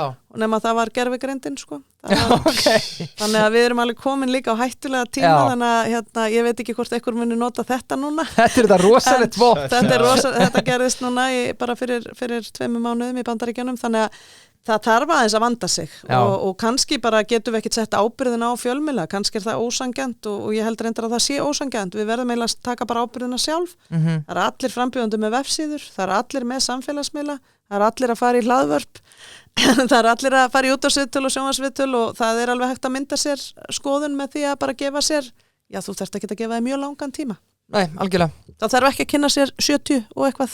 Nei, ég held ekki.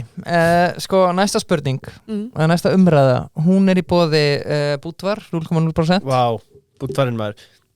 Sko, það er líklega bæði besti áfengislausi bjór sem að ég hann er eini áfengislausi bjórn sem ég drekk. Já, bara gæði. Svo er þetta líka bara fjári góður bjór. Já, ég segi alltaf bara ekki setja við neitt annað en það besta. Teknisk gæði. Já, takk. Og síðast ekki síst, Búllan. Ertu fann að huga kvöldmatnum, leiðu búlunum sjá kvöldmatinn? Já, kóngurinn. Halla, hver er þinn hambúrgar á búlunni? Kóngurinn. Það er kóngurinn. Sjálfsögð. En ég er sko gift heilsukokki. Sem er mjög heppileg. En það er sko daldið svona hort á mig en sko þegar maður er í frambúi, ég fekk mig sko pullu í fyrra kvöld. Pulla og ég er jafnvel að fara í kóngin þegar ég er með opinn fund í kvöld þegar ég er búin hér sko. Þannig að en heilsukokkurinn hann fekk sér ekki pullu sko þegar hann var með mér í bílnum en hann bara hristi hausinn en stundum er bara það er kannski erfiðasta, ég reynir nú að borða frekar holt, ég reynir það og hann er ekkit rosalega dómharður og hann fær sér til hans kóngin hann gerir það segir ýmislegt þegar heilsukóngur landsins hann fer samt í kóngin sko. þeir eru með þessu umræðu Búdvarabúlan og þeir spyrja sko er Parísarsamkomulagið raunhæft markmið fyrirliggur verkefni við Þorlákshöfn bæði við fengum mikið aðsendum spurningum og kæra þakkir til allar hlustenda sem eru að senda okkur spurningar fyrirliggur verkefni við Þorlákshöfn þar á að vinna Móberg sem íblöndunarefni í sement sem á að minnka losun sem nemur öllum bílaflota Íslands Já, þetta er einu orðið 2 spurningar er Parísarsamkomulagið raunhæft markmið og Þetta ekki jákvæð fyrir slíkum loftslagsverkefnum? Rosalega jákvæð fyrir slíkum loftslagsverkefnum. Ég hef ekki heyrt af þessu en það greinilega heimsækja það. En mjög áhuga sem að læra meira það. Ég held að það sé betri spurning heldur en hvort það sé raunhæft markmið. Já. Erum við tilbúin til þess að leyfa því að gerast sem gerist ef að hlýnun jarðar fer yfir 1,5 gráðu yfir þau mörk sem voru fyrir iðnbyltinguna. Því að 99,9% af vísindamönnum heimsins eru búin að segja okkur hvað gerist yfir það og við erum þegar að takast á við afleiðingar af flóðum og brjáluðu veðri og allar afleiðingarnar. Þannig að ég held að við verðum að spyrja okkur af kjark hvort að við ætlum að vera fólkið sem ákvaðum að þetta væri aðeins og erfitt eða hvort að við ætlum að nýta tækninýjungar og all okkar sköpunargáfu til þess að skila þessu stóra markmið. Já, algjörlega. Heimurinn er með 2 viðskiptaáætlanir. Parísarsamkomulagið og heimsmarkmiðin. Við erum ekki að ná þeim, 15% heimsmarkmiðanum og við erum ekki að vera að ná þeim líklega. Já, ég hef svo mikla trú á ensku exponential. Okay. Kallaði mig þrjóska bjartsýniskonu, en ég er bara að sjá, bara fyrirtæki svo Carbfix, fyrirtæki svo Running Tides, þetta fyrirtæki sem þú varst að nefna. Lausnirnar eru til og við hjá B-Team sjáum lausnir á hverjum einasta degi. Og við trúum því líka að fjármagnið sé í kerfinu.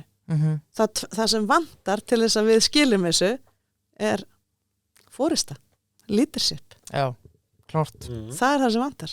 Já. Og við getum þetta alveg. Já. En í dag erum við með marga hvata sem eru að í rauninni fjárfesta í fortíðinni og í rauninni allt að fá að hvata sem er að fjárfesta í framtíðinni. Bara ef við snýrum þessum hvötum við sem núna liggja í jarðefniseldsneyti og settum þá í nýsköpunarumhverfið í kringum framtíðina, þá værum við kannski ekki að fara á loftslagsráðstefnur og koma svo heim og reyna að drepa næstu kynslóð. Nei, einmitt, vel svarað. Sko, ein pæling sem bara er að spretta upp hérna. Frábært hlaðvarp. Já, mjög vel undirbúið og allt það. Sko, bara því mér var að hugsa til þess fyrir þetta, þá varst að tala um að þú hefði þurft að vega það og meta hvort að þú gætir haft meira áhrif sem forseti heldur en í forystu B-Team, akkurat. Sko,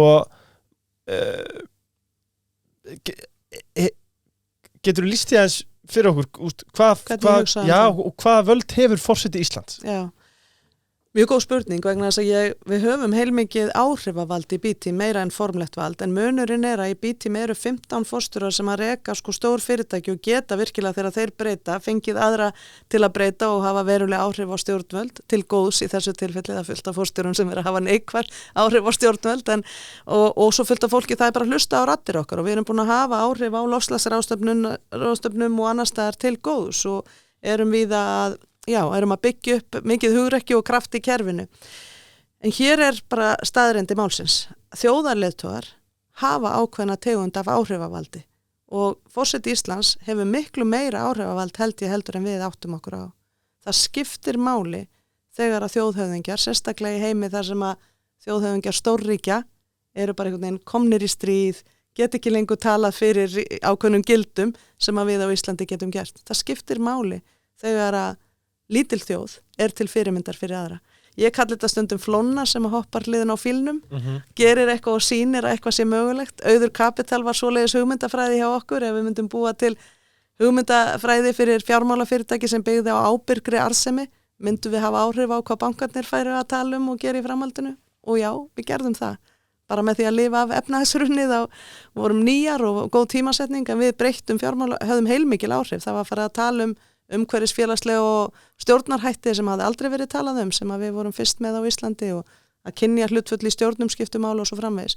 Með sama hætti, ef að Ísland er fyrirmynd á þessum sviðum, þá getum við hreyft meira við umræðin í heiminum með því að vera bara til fyrirmyndar hérna heima. Ég er ekkert endilega að tala um að fara út allan heim og reyna að hafa áhrif á það þannig.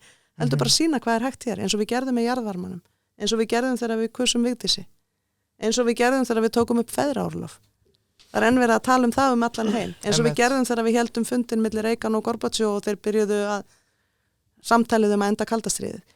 Ég held að við getum gert alveg ótrúlega mikið með því. En ég ætla alveg að viðurkenna, ég ætla bara að segja að þetta ég vona að þetta hljóm ekki, ég segi þetta mikill auðmýkt, að B-Team-leiðtogarnir sögðu allir við mig, þú verður að láta á þetta reyna, ef að Íslendingar velja ekki sem sinn forseta þá kemur þú tilbaka og verður forsetin okkar.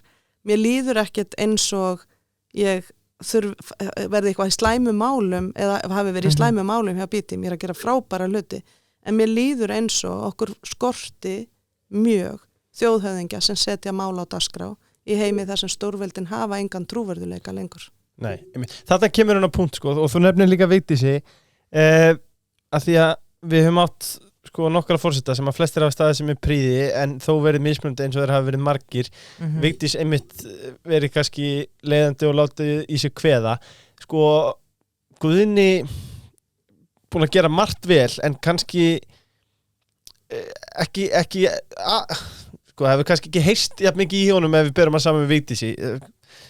Buff og hefur mikið áhuga á pítsum og mislítið sokkar en kannski ekki látið á sig kveða með þeim hætti eins og þú talar á alþjóðavettvangi en þú myndir hins vegar kannski færi aukana þar. Ég held að allir fyrrverandi forsetarnir okkar hafi gert margt gott og við getum lært, ég persónulega finnst gott að horfa til þess besta í hverjum þeirra frekar en að horfa kannski einn og eitt sem allir með Guðni gerði og ég minnst mikilvægt að vekja athygli á því að hann var alveg sérlega mikill vinur barnanna. Ég finn það alveg þegar ég fer að Guðni var vinsæll hjá börnunum af duglegur að fara á íþróttaleiki, hann var aðgengilegur, alþýðlegur, góðu maður. Enginn sem myndi ekki segja að Guðni var einstaklega góður og alþýðlegur maður. Vigdís setti mál á dagskrá eins og jafnrétti og náttúruna og náttúrulega fyrsta konan og breytti mjög miklu. Ólafur Ragnar nýtti 27. greinina, annars hefðu við sett mikla skuldir á næstu kynslóður. Það hægt að sjá eitthvað í hverju meinum, þetta eru þeir sem hafa verið á minni lífstíð. Ég tel afar mikilvægt fyrir þessa litlu þjóð að nýta þetta embætti til alþjóðlegra tengslamyndunar. Ekki endilega vegna þess að forsetinn eigi alltaf að vera eitthvað þar í burtu. Heldur tel ég bara að það séu, og ég veit það bara, ég tel þetta ekki, það er ekki bara eitthvað skoðun, ég er búin að vera að vinna með fremstu fyrirtækjum í heimi og þjóðhöfðingjum og ráðherrum allan heim, frá Afríku til Suður-Ameríku, til Asíu, til Indlands í Evrópu og Ameríku, alls þar erum við búin að vera að vinna og leiða fólk saman sem er að reyna að leysa orkuskiptin, sem er að reyna að vinna í jafnréttis- og mannréttindamálum, sem er að reyna að vinna að friði. Þannig að ég veit að ég er með þessi tengsl. Þau eru í símanum mínum, þau eru í það sem ég hef verið að gera og mig langar til þess að virka þessi tengsl í þágu þessarar þjóðar og gera það hér heima. Og ég held að það séu svo ofboðslega mörg tækifæri til að sýna hvað er mögulegt í þessu litla en frábærlega skapandi samfélagi okkar. Já. Og alþjóðleg tengsl skipta máli.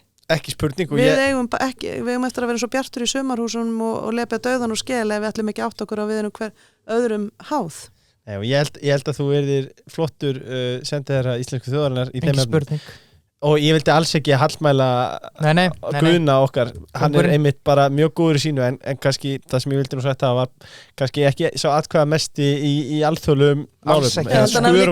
Hann hefur falið Elísu það líka og hún hefur gert heilmikið þar og mikið gagn og voru heilmikið vörfi hana til dæmis á alþjóðlegum vettvangi. Ekki spurning. En Ólafur Ragnar er enn að vinna á alþjóðlegum vettvangi að mörgum af þessum málum en þetta skiptur okkur ofboðslega miklu máli. Við erum ekki með marga sendiherra, þetta er eiginlega okkar ofur sendiherra og getur gert mikið gagn. Já, algjörlega. Klárt. Það leiður okkur að hraðaspurningunum og íbland við rittarspurningunum. Þetta er náttúrulega líka aðsend sko, þannig að þetta er kannski ekki alveg hraða. Þetta er rittara svo hraða. Já, rittara svo hraða, skulum segja. Nú byrjaði að grilla mig. Nú byrjaði að grilla mig. Við erum búin að fýra upp í. En sko, áður að koma því, þá vil ég minna á okkar menn í David Jones, döðlunar sem eru stútfullar af járni, vítamíni, steinefnum, bæta meltinguna og einhverju segja leynirháfnið í Svefnherbergi, látum það leggja milli hluta. Hvað segir kokkurinn við því, heilsu kokkurinn? Við erum mjög hrifin af döðlum, þannig að það er kannski ástæða fyrir því sem ég vissi ekki áður. Já, döðlur á pítsur og döðlur á margt. Hvað setur á pítsuna þeirra? Ég er svolítið, Bjössi bakar alltaf pítsu á föstudögum og bestu pítsurnar eru hans, en ég er mjög hrifin af sjávarréttapítsum, venjulega, humarpítsu, borða sjávarréttapítsur ef að maður fær ferskt sjávarfang, en það er ekkert alltaf í boði, þannig að þá finnst mér eiginlega grænmetis og döðlupítsa, rosalega góð. Bara blanda grænmeti og döðlur. Já, laglegt. Borðarðu kjöt? Já, en ég reyna að gera það ekki alla daga. Ég reyna svona ætli ég sé ekki að reyna að vera svona 50% grænmetisæta eða þeir sem kalla það flexitarian og þegar ég borða kjöt þá reyni ég borða gott kjöt og ég stendst aldrei íslenskt lambakjöt og ef að ég borða nautakjöt þá reyni ég að hafa það beint frá bíli, minnst gaman að vita uppruna matarins, en ég mjög mikið fyrir fisk ég veit ekki hvort ég gæti nokkuð tíðan gefið upp fisk og sjávarfang. Nei, og þú pælir í uppruna á öllu sem ég borða. Á öllu sem þú borðar, já. Það er ekki endilega mitt starf. Nei. Það er að segja, ég er svo vel gift að hann spáir óbáslega mikið í upprunan og að við séum að nota hrein og góð hráefni. En það er svo gaman, ég var á matar, ég má til með að nefna þetta, ég var á matarmarkanum í Hörpunni helgina og það var ótrúlega gaman að sjá alla sköpununa og alla sögurnar á bakvið geitaostinn og reyktargeit og alls konar, náttúrulega örnuskýr frá Bolungavík og bara það er svo mikið að gerast salt sem verið að búa til í Vestmannaeyjum sem ég vonast til að heimsækja á morgun eða hindaginn og þannig að þarna er bara nýsköpunar sjálfbærnis matarkista sem að ég held að geti verið uppspretta ótrúlega spennandi tækifæra fyrir okkur og jafnvel útflutningsverðmæta í einhvernum tilvikum. Ekki spurning, mikið af við eigum bara hellingsmatamenningu á Íslandi þó að kannski og bestu kokkana og frábæra kokka, ekki spurning einstaka kokka, þeir unnu bara þú veist, stóðu sér svo vel á Ólympíuleikunum nýlega og þannig að við höfum margt hérna í kringum mat og að veri gaman að sjá einmitt svona aftur, það vantar svolítið skýrari áttavita kannski að við ákveðum að við ætlum að vera dálítið góð í þessu með uppruna sögur á bakvið matinn okkar og svo framvegis. Ekki spurning og við hefum gert það vel í því að vörumerkja til dæmis íslenska lambi við mistum boltan í skýrinu en ætti bara að vera hvatning til að gera betur næst. Sko, áður koma rittarspurningum, það var tvennt, það er lengjan, enski boltinn heldur betur á fullu en þá. Hvað liður þetta hallaði enska? Það er góð spurning, spil lengjan. Heldur með öllu liðum sem Jóngnar? Það er örugglega svona rétta svarið þegar maður er í framboði, en það er ekki sanna svarið. Ég hélt sem sagt með Arsenal þegar ég var ung stúlka og var nokkuð hugurökk að gera það var, en svo kynnist maður manninum sínum og ég kynntist honum fyrir 25 árum og eignast son og það er þannig að þeir bara náðu mér á sitt band og fjölskyldan er Manchester United fjölskylda og við erum í leiðtogakrísu þar líka. Talandum að það er alveg leiðtoga. Talandum að þannig að ég ætla bara að segja sem fæst orð þetta. Næsta spurning. Næsta spurning, takk. Sko, næsta spurning er skemmtilega en ég ætla áður koma henni eitt í viðbútt af því að það er Rín Hljóðex. Já, vinir mínir sem að það eru vinir þínir? Það eru vinir mínir og ég versla. Hvað voru þeir þú verslaði eitthvað skemmtilegt? Þeir eru vina margir. Já, við erum vinaríkir, það er ekki sjálfsagt og einmitt, stuðið við frjálsa fjölmiðlum, það er ekkit við erum náttúrulega að gera þetta í við erum búin að fjalla miklu meira þessar forsetakosningar heldur en ríkisfjölmiðlir eða þannig að, já vel gert, takk fyrir það. Fáum ekki krónu frá ríkinu fyrir það? Já, takk sem leiðis fyrir að koma og nenna að spjalla við okkur hérna Halla. En östnögt Rín, af því að ég er nú ekki maður sem að er sérstaklega, ég er ekkert sérlega góð neytandi eins og margir Íslendingar sko, verðmyndin mín er ekkert sérstök, en þó er ég þar að ég gerði samanburð áður en ég keypti mig gítar og það var engin spurning og ekkert bara með gítar, heldur öllu að fari Rín eru ódýrastir. Já, ok. Þeir eru það. Já. Og með mestu gæðin. Og með mestu gæðin og ég vildi koma það framfæri árum lengra haldið. En hver mun vinna forsetakosningarnar í Bandaríkjunum? Biden, en bara með mjög mjóum mun. Það er þetta tæft? Mjög. En hann mun vinna. Ok. Þetta er kannski bjartsýna óskækjan, ég ætla ekki að Nei. Þú hefur áhyggjur? Hvernig lítur þetta út núna? Ég hef áhyggjur. Mér finnst í rauninni bara hræðilegt að þetta séu valkostirnir og þess vegna segi ég stundum þegar fólk er að kvarta við mig hérna að séu svo margir frambjóðendur, ég segi viltu frekar búa í landi þar sem þú getur valið eitt sem er brjálaður og annan sem er senill.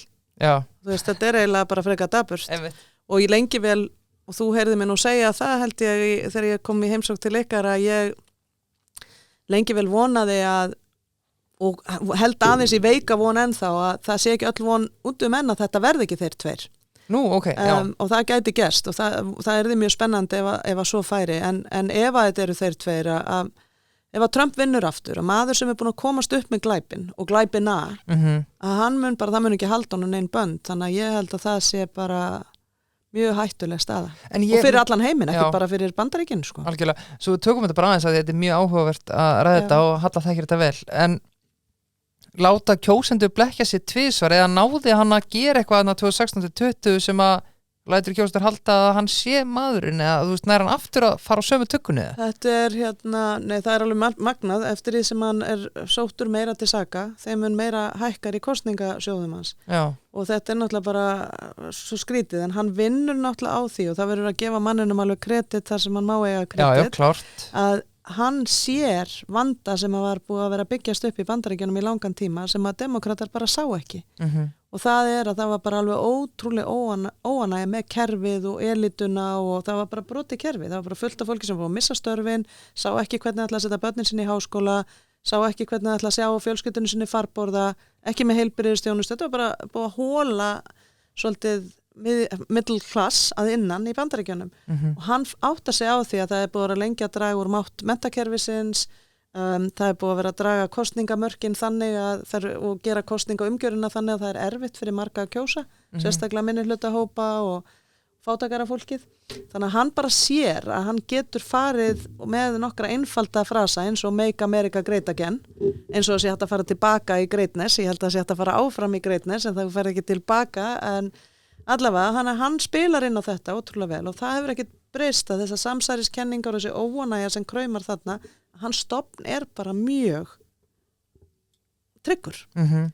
Og hann bara, eftir því sem hann gerir meira slæmt, þeim mun tryggari verður hann. En heldur að fólki sem þetta er svo ógeðslega áhugavert, heldur að fólki sem að kaus hann síðast 2016 og 2020 náttúrulega, Já.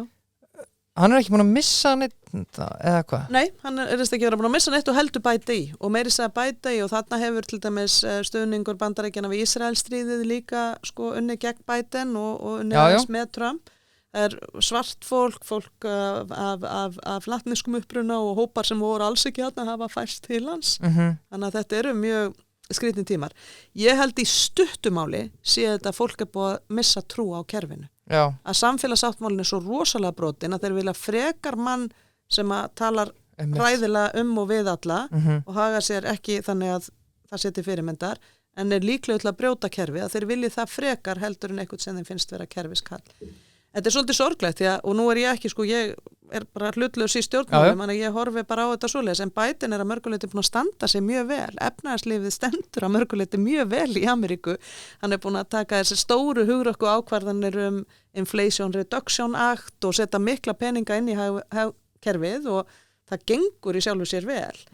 En þetta Trump er í dag, eða er kosið í dag, líklega að hafa sigurinn, en ég held að það muni aðeins breytast og ég ætla bara að trúa á það, en hvað með góður hvað ég vildi að valkosturnir þarna í Bandaríkjunum væri betri og til dæmis kona eins og Kamala Harris sem er búin að vera varaforseti Bidens, henni hefur verið haldið markvisst niðri, en þess að það er búið að mæla mjög mikið að hún er bara aðeins of ákveðin, aðeins of kona, aðeins of lituð kona, það bara fellur ekki í kramið.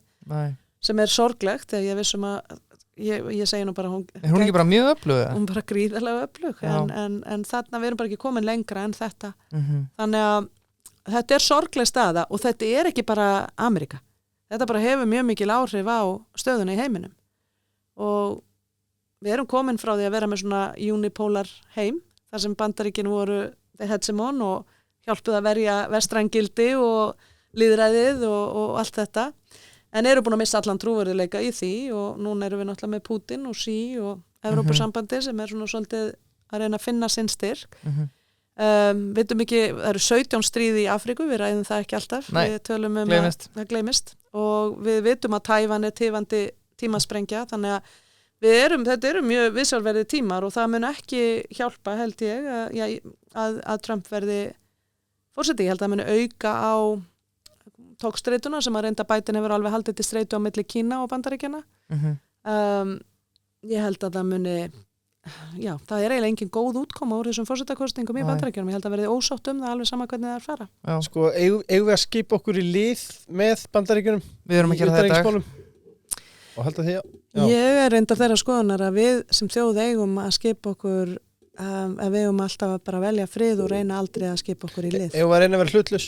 Já, ég kalla það ekki hlutleysi, sem margir kalla, en ég kalla það sko afstöðu, að velja bara frið. Að velja að vera friðsælþjóð og velja alltaf frið. Og ég held að sé eina öryggis stefnan sem við getum haft sem þjóð. Við erum bara svo lítil. Hægt að taka afstöðu til friðar verandi í NATO? Þetta finnst mér vera samtal sem ég held við þurfum að taka því það eru svo nýjir tímar núna.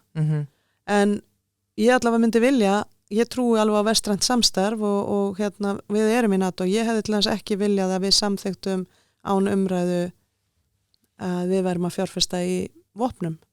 Ég hefði viljað sjá okkur vinna með össuri og bjóða upp á stóðtæki eða vinna með kerisis og bjóða upp á sáraumbúðir eða vinna með að mannúð og mennsku bara alls það sem við getum og slíkri aðstöð. Jafnvel senda bara allt annað en vopn. Þannig og ég held að þjóðinni líði þannig. Ég held að það sé gildi þjóðarinnar að vilja velja frið og ég hef áhyggjur af því að það sé ekki að fá að eiga sér samtal þessi mál á þessum tímum og ég allavega persónulega þeirra skoðunar að það sé allir að velja stríð núna og það þurfi ykkur að reyna að vera boðberar friðs og við getum gert það með trúverðuleika. Þetta er ekki auðvelt. Þetta er ekki auðvelt val. Þetta er ekki auðvelt? Nei. Og ég ætla ekki að halda því fram að ég hafa svörin í þessu. En ég þætti gaman ef að friður væri eitt gildið í áttavitunum á Bessastöðum að við bara veldum það og ákvötum það og höfum margt held ég til að bera og við séum þá tilbúin til að vinna með öllum sem vilja koma í samtalum frið.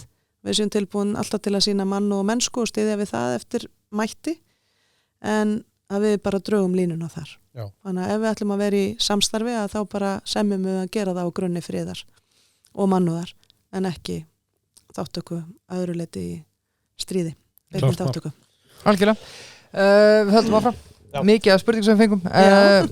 Hvað getum við helst lært af Bandaríkjamönnum og þeir af okkur? Spyr Jón Þorvaldsson, skákmaður mikill. Góða spurningar frá skákmönnum. Já,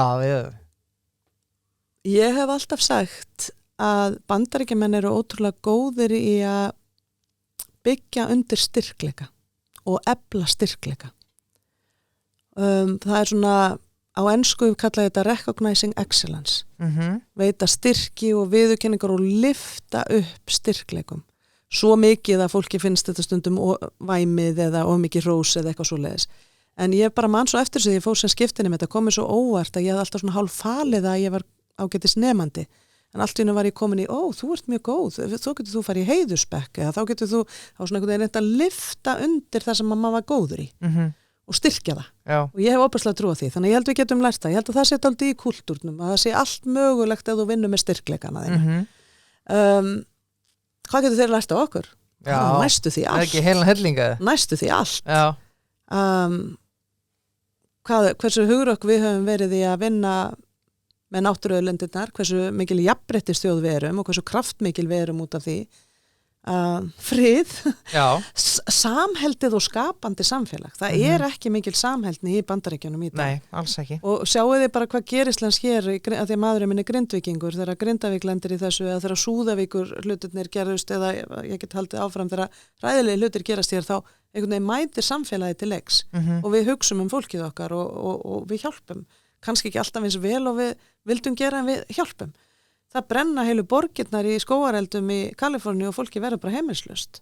Og í mörgu tilfellum er fólki ekki einu sinni með tryggingar að því að þetta er orðið, skógareldar er orðið viðvarandi vandi og það er ekki hægt að tryggja. Þannig að fólk bara verður heimilislaust og það er ótrúlega, þannig að samhjálpin, samkenndin, samfélagið, allt þetta held ég að Bandaríkjamenn gætu lært af. Og ég segi stundum í viðtölum í bandarískum fjölmiðlum að þeir spyrja stundum þetta, plan B og B-team og hvað að gera á íslenski Bandaríkjunum og ég segi stundum að ég trúi því að Bandaríkin getur lært heilmikið frá norrænum gildum. Já. Og ég er þeirra skoðunar að við séum með svona heilbriðari versjón af kapitalisma þar sem að umhyggja fyrir fólki og samfélagi og umhverfi og náttúru skiptir máli. Ég held að skipta okkur flest máli. Ég held að það sé góð punkt sem allir að koma inn á, ég meina við fengum Heiðar Guðjóns dageininga og þeir verði ekki mikið hægri sinnaðir en hann er samt bara á því bara að hún vist frábært á auðvitað eigum við að hjálpa Grindvíkingum, skilur. Já. Við erum samheldin. Samheldin og skapandi þjóð er eitthvað sem ég hef haft svona svolítið sem sýnina fyrir mitt framboð og ég held að hvoru tveggja og ég segi stundum að sko vélin sem hérna inni í Íslandi, Já. hún sköpun og sjálfbærni. Þetta vél sem getur endalaust búið til samfélagslega framfæri og verðmæti ef við höldum áfram undir að vera skapandi og gerum allt á sjálfbæran máta. Ég sátt við það að við getum haldið áfram að gera það. Ég ekki að reyna að vera einhver öfgamanneska. Ég vil bara að næstu kynslóðu fái líka áfram að njóta jarðvarma, fái áfram að njóta náttúru, fái áfram að njóta þess að borða ferskan fisk og sjó. Ég vil bara að við gerum þetta vel. Já, algjörlega. Jón Dagur Þorsteinsson, landsliðsmaður í fótbolta. Hann segir hérna, hver heldur ástæðan sé og sért ekki að mælast með meira fylgi? Hvað er þinn stærsti aðdáandi? Hvað er minn stærsti aðdáandi? Já. Þetta selfisingurinn? Nei, það Jón Daði. Já, Þetta Jón Dagur. Þetta Kópavogi, sko. Já, enda ég bliki, sko. Og hann þetta hákáingur, sko. En fallegt. Mein gallaða kannanir. Hárið svar. Subway menn spyrja. Takk aðdáandi. Já, takk fyrir kjalla. Ekki gefast upp. Örstuðleifur Subway, þú varst átt að tala um að Jón Dagur gefst ekki upp. Hann sem þú elskaðu Subway, hvað? Sko, það græmmindi? Já, græmmindi, jú, ég elska það en hvað er mikið því? Hvað ég get valið fjölbreytt og hvað ég þar Kostar auka? Nei, kannski ég bara með ágætt sverðvitund eftir allt saman því að ég kann að meta að vera ekki rukkaðar aukalega fyrir að velja með mikið græmmindi og ég vil. Það er mjög fallegt og Subway menn spyrja sko, hún kom nú aðeins inn á þetta ofan. Búandi með heilsukokki en hafa starfað fyrir Pepsi og Mars. Hvernig matseldir á heimilinu? Þarna eiginlega kom kaldnæðinni hérna örlega að minna upp sko. Ég segi stundum ég hafi starfað fyrir Mars og Pepsi fyrir 30 kílóum síðan. Ég var vön að segja fyrir 20 kílóum síðan en hérna ég held ég þurfa að auka það en það bjargaði nú miklu fyrir 25 árum að hitta Bjössa og hann greinilega mun svona, já, hefur verið mikil blessun í mínu lífi á öllum sviðum en ekki síst í að vera heilsukokkur. Ég drekk ekki gos í dag annað en sódavatn og við ólum börnin okkar þó þessu orðin 20 og 22 ára upp þannig að þau gera það ekki heldur og við eiginlega eldum allan mat frá grunni en auðvitað nema þegar maður í svona frambúðum maður endar í pullu og borgara og öruglega Subway og hérna en okkur finnst orðið betri matur sem eldaði frá grunni en stærri bónusin samtali sem á sér staði kringum matarborðið það alltaf dálítið heilagt hjá okkur að reyna að borða saman sem fjölskylda. Já, það er fallistund. Það bara skiptir máli og börnin okkar koma nú heim það því þau eru burtu í háskóla koma nú heim með vini til að eiga ekki bara að fá pappamat það pappamatur Kentucky Fried kalla mömmumatur þannig að þetta segir þá vita þau ég alveg í vanda pappa einhvers þar í burtu og ég veit ekkert hvað ég á að gera en auðvitað við erum ekkert heilög og maðurinn með þó hann sé heilsukokkur þá reynum við ekkert að vera heilög við reynum bara svona að vera 70-80% í lagi með þetta og svo bara njótu við þess þegar við syngum og ég fæ mér alveg ennþá M&M þó ég fá mér ekki Pepsi lengur og finnst það bara mjög gott og ég synga líklega oftar en maðurinn en í heildina kann ég orðið betur við það sem búið til frá grunni og svona heilbrigt og gott fyrir mann. Já, algjörlega. Eru norðurslóðir ekki stóra taflborð framtíðarinnar? Ánægð með þessa spurningu. Eru norðurslóðir ekki stóra taflborð framtíðarinnar fyrir Ísland? Svona... Hvaða tækifæri liggja þar og hætta á aukinni spennu á svæðinu? Já. Þetta svo vandaðar spurningar sem þetta mjög vandaðar spurningar, já. Jú, ég held að það liggi gríðarlega tækifæri, ég held að Ólafur Ragnar Grímsson hafi haft hárrétt fyrir sér að byggja vettvangi kringum Arctic Circle. Ég held að liggi bæði miklar ógnanir og tækifæri í kringum þetta.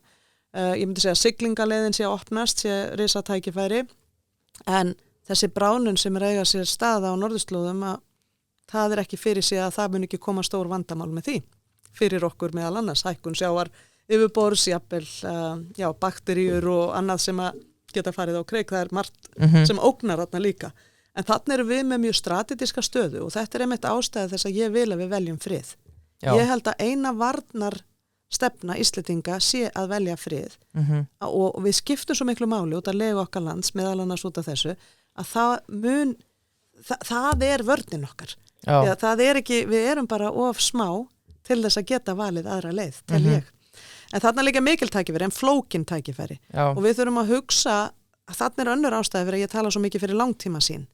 En þess að ef við ætlum bara að láta þessa hluti gerast, bara einhvern veginn, eins og við höfum látið margt annað gerast, bara einhvern veginn, að þá held ég að það getur orðið okkur hættulegt. Og það eru þarna tækifæri og það eru ógnanir og það þarf að fara virkilega með langtíma sín og strategíu í gegnum þessa umbreytingu sem eiga sér stað. Tryggja hún nýtist okkur, Íslendingum. en verði ekki bara að við verðum eitthvað skonar umskipunar höfn fyrir aðra. Algjörlega. Næsta spurning, þessi góð. Fórstu eitthvað á völlin þegar þú bjóst í New York? Sástu Knicks, Yankees, Giants, Rangers og svo framvegis. Og Jets. Já, og heilmikið. Við erum íþróttafjölskylda. Okkur finnst gaman að kappleikjum og tónleikum en skemmtilegasta sem ég fór tvisar eða þrisar á US Open.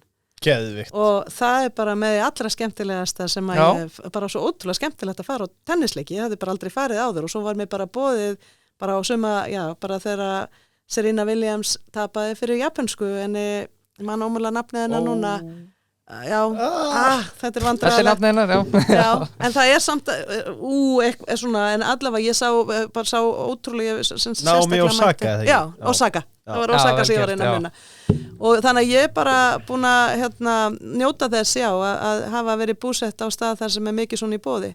En við, af því að þessi spurning kemur, við fórum náttúrulega líka gegnum bara ótrúlega skrítin misserið í kringum heimsfaraldurinn. Það sem bara var ekkert og allt lokað og New York varð ekki svipur hjá sjón. Það voru engi kappleikir og það voru bara sjúkrabílar og mikil hræðsla. En já, þannig að en ég á samt ekki svona uppáhaldslið í New York. Þegar ég bara ennþá bliki, þið vitið, og maðurinn minn náttúrulega grindvíkingur og það breytist ekkert, ég bara blikið, þess vegna kannski fór ég á Jets. Það var svona næsti að vera í réttum lit. Já, algjörlega. Sko á lengra haldið. Hver er næsta spurningu? Bónus. Hvað er matinn í kvöld? Santa Maria Fajita, einfalt. Það síðan ég flutti út hvað ég hef eldað með margar fajitur frá Bónus maður. Ertu að grínast hvað hafa bjargað mér? Það er líka mömmumatur heima. Já, þessi er já eða nei hérna. Ertu í þjóðkirkjunni? Já. Þú ert í þjóðkirkjunni. Þessi er góð. Ég elska riddarinn okkur. Já, þeir eru frábærir. Ef þú ert forseti að veita stjórnarmyndunum umboð, á ekki stærsti flokkur með flesta kjósendur að baka sig alltaf að fá umboðið fyrst. Þessi er góð. Þessi er mjög góð og erfið.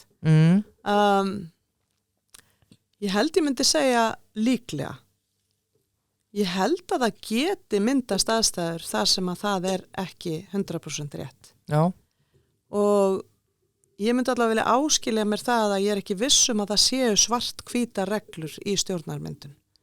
Það eru 9 stjórnmálaflokkar á Íslandi og mikið sem gengur á, samanber bara hvað gengi mikið á núna, bara undanförnu. Og það getur komið upp svo staða að eftir samtal við alla forystuaðilina að þú sérð bara að það er ekki mögulegt að þó að það séu flestu kjósendurnir og það munar kannski ekki miklu að það sé ekki endilega sá aðili sem geti mynda stjórn. Já. En átt að gefa tækifæri til þess fyrst og allavega eiga það heiðarlega samtal. Jú, ég tel eðlilegt að það sé í flestum tilfellum þannig. Algjörlega, ég myndi ekki vilja gefa svartkvít svar við þessu. Nei, ok. Heimur er líka ekki svartkvítur. Nei. Loka spurning ánum fyrir hraðaspurningar sem að Leifur tekur. Mér langar að spyrja áðan fyrir mig hana.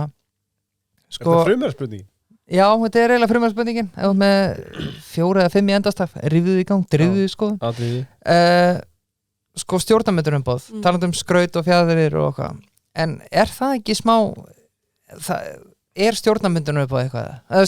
Skilur þú hvað við? Það er, þú veist, flokkanir eru bara... Skiptir það einhverju máli, meinaru? Ég myndi allavega vilja horfa á þannig og ég hef nú eiginlega unnið við það bara alla ævi að vinna með fólki og ég held að ekkert sé mikilvægara í fyrirtækið að samfélagin eðstar annars þar en að reyna að setja saman lið sem að getur unnið saman og hvort þú ert að vinna fótboltaleik eða vinna vel í þá og samfélags. Þetta skiptir óbærslega miklu máli þannig að ég held að þessi samtöl við óháðan aðila getur skipt verulega miklu máli til að hjálpa til við að það verði til árangursríkt lið. En geta stjórnmálaflokkar ákveða að tala sér saman og mynda stjórn óháð því? Já. Og er það bara jákvætt ef að það gengur vel? Þess maður pælir oft í því, þú veist að því að Guðni er búin að veita þessu stjórnarmyndunarboð og þessum og þessum, en svo eru þeir bara að tala saman. En Guðni gerir meira en það og forsetar gera meira en það. Það eru samtöl sem eiga sér stað sem ég held bara geti verið mjög hjálpleg. Og yrði ég forseti þá myndi mig dreymum að geta átt gott samtal við allt forystufólk stjórnmálaflokka í rauninni hvar staðan er og reynda að hjálpa til við að það myndist árangursrík stjórn og starfhæf stjórn. Og það er mikið ábyrgðar hlutverk og við erum búin að fara í gegnum það nokkru sinnum að það hefur verið gríðarlega erfitt að mynda ríkisstjórn. Þannig að ég held að við mögum ekki gera þetta of léttvægu hlutverki en þetta kannski meira málamiðlunar hlutverk heldur en eitthvað afgerandi hlutverk og ég held að það sé ekkit að því. Af hverju erum við allt í einu svona hrædd við ef eitthvað ekki hart vald að þá sé það ekki vald. Ég held að áhrifavald og mjúkt vald sé stundum mikilvægasta valdið. Að leiðbeina og leiða fólk saman til samstarfs geti verið jafn mikilvægt eins og að taka ykkur völd af fólki eða afhenda fólki ykkur hörðvöld. Ég ætla að leyfa mér að segja að þessi svona ákveðin leiðtogun sem að geti skipt sköpun frá forseta þó að stjórnarflokka geti komið sér saman stjórn án aðkomu forseta. Algjörlega, vel svarað. Þá var það síðast spurningi mín og nú fyrir mig hraðaspurningan þar sem að Leifur tekur og þessi aftur bara hrós til ykkar riddara. Þrátt fyrir ánægð með það við þetta. Ég að hitta þessa riddara. Þrátt fyrir regluverkum hlutvall kynja í stjórnum, þá fyrir konur nú fækkandi í stjórnum fyrirtækja. Hver ástæðan og hvernig hægt að bregðast við og Orri og Frumir átti þessa? Góðar spurningar, vá. Ég var að kynnast þessum riddurum. Ég held að ég get farið svo djúpt í þetta. Ég held að það sé ekki nægilegt í því svona viðskiptamódeli sem að vera með á Íslandi að jafna kynjahlutföll eða ná kynjajafnvægi í stjórnum. Ég held að þurfa að vera í framkvæmdastjórnum líka. Ég held að stjórnir ekki þær sem að búa til fyrirtækjamenningu og í rauninni ráða fólk og breyta hlutunum. Þannig ég held að það veri ákveðin mistök að horfa bara á þetta til stjórna. Og það bara þannig í stjórnum og ég held að kynjajafnvægi sé alltaf betra heldur en kynjaójafnvægi. Það bara önnur mál komast á dagskrá, stjórnir undirbúa sig betur, samtalið betra, það bara árangursríkara í beinhörðum tölum að vera með kynjajafnvægi, margar rannsakað. En það sem að gerast að það auðvitað allir alltaf, það valdabarátta, aftur talandi hörðvöld og mjúkvöld, að það valdabarátta sem að eiga sér stað oft og það menn sem vilja fá sína menn inn og það oftar þannig, en ég held að óháðir stjórnarmenn geti skipt sköpum í stjórnum fyrirtækja, eitthvað sem horfir á bara heildarhagsmunina en ekki sína hagsmuni, líkt og ég held að forsetir geti skipt sköpum og horfir á heildarhagsmunina en ekki bara hagsmuni fyrir sinn hluthafahóp og ég held að það geti verið gott ef að þróunin væri svo að við tækjum þetta lengra því það í rauninni framkvæmdastjórnindar sem að hafa mest áhrif á hvers konar fyrirtækjamenning verður til, hvaða gildi eru sett á oddin, hvort að við setjum sjálfbærni á oddin eða ekki, það eykst til dæmis, við vitum það frá rannsóknum, bæði Reuters og Bloomberg eru búin að gera mikla rannsóknur á þessu og þegar að við erum með fleiri konur í stjórnunarstöðum, ekki bara stjórninni, að þá bara verður fyrirtækið ábyrgara á allan máta. Þannig að ég myndi vilja sjá okkur stíga þau skref, en þetta eru flóknar ástæður og við erum bara ennþá með hugmynd í hausnum kannski hugmyndir í hausnum, við erum ennþá með viðtekin viðhorf, hvernig stjórnar maður eða forstjóri eða forseti eða frumkvöld lítur út. Í öllum þessu tilvikum meiri á Íslandi eru hugmyndunar að þetta sé karl. Þetta góð punktur líka með framkvæmdastjórnar. Ég var ekki með bælis. Þetta gott. Það liggja völdin og áhrifin til að breyta. Hárrétt. Það kom að hraðspurningum Já. Nú var ég stress. Já, nú máttu koma að keppniskonan í gang. Hraðspurningar búið í Kemi og þeir vilja minna á Hermann. Já, Hermann í Kemi, það okkar maður. Hann riddari? Hann riddari, hann Við þurfum að fá Höllu hver einustu viku að lesa auglýsingarnar okkar. Svo ég bara auglýsa bæði menn og málefni. Hermann í Kemi hvíti riddaran okkar. Þeir eru konum eitthvað nýtt, eða ekki? Jú, Elf Moto, ertu að tala mótorolíunar? Já. Mótorhjólaolíunar, já, þær eru vinsælar og glæný sending að þetta í húsaðum. En það kom með fyrstu hraðspurninguna, ertu komin í stellingar? Komin í stellingar, pínustressuð. Sumar eru kannski aðeins núna þá bara tekur þið smá tíma. Já. Rauðvín, hvítvin eða kampavín, spyr Mason Vestmann. Hvítvin. Hvað besta ráð sem þú hefur fengið? Sigandi lukka best. Já. Hvernig fullkominn dagur á þínu mati? Byrjar á sundi. Okay. Endar á góðum kvöldverði með fjölskyldu og vinum þar sem farið í djúpt samtal og þess á milli ég að breyta heiminum. Glæsilegt. Já, fárlega vel. Reyna að breyta heiminum. Já. Hver þín helsta fyrirmynd? Vigdís Finnbogadóttir og mamma. Já. Mamma þroskaþjálfi og barðist alltaf alveg ótrúlega fyrir alla sem samfélagið skildi eftir lítil kona, lágvaxin þar að segja, en með stæðsta hjarta sem ég veit, þannig að það er til fyrirmyndar. Hvaða bók hefur haft mest áhrif á þig? Svo margar, alltaf svolítið erfitt að velja eina, en ég held ég myndi samt segja sjálfstætt fólk.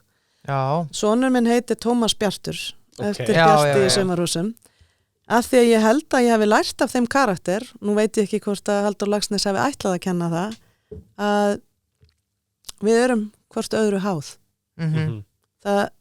Við lepjum dauðan og skel ef við höldum að sjálfstæði sé mikilvægri þess að átt okkur á að vera öðrum háð.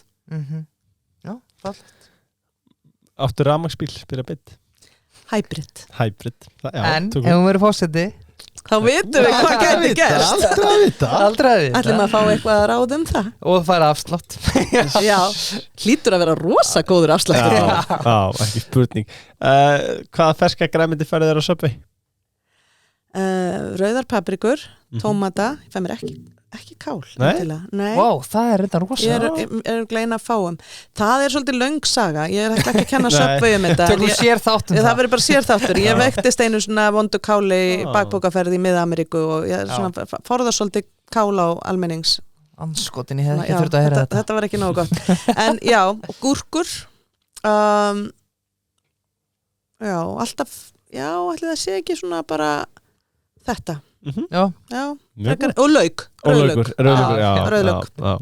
Nóg á honum, takk. Já, mikið á honum. Hvaða ráð myndirðu gefa ungu fólki sem vill byrja í business?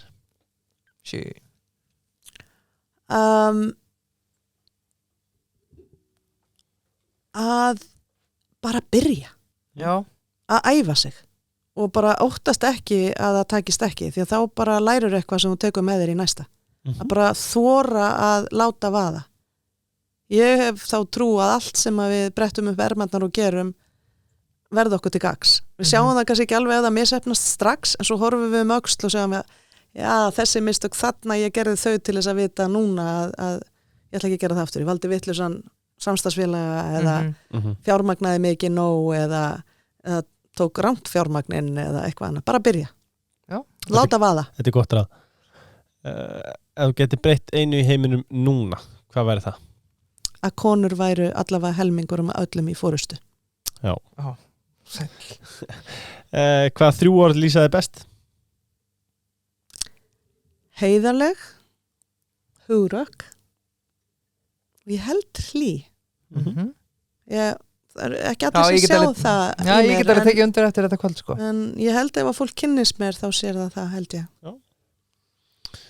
Sumir mér sem að vinkonum minna sem eru svona sleggjur finnst í stundum mér sem að væmin. Er það ekki að mér líklega ofel?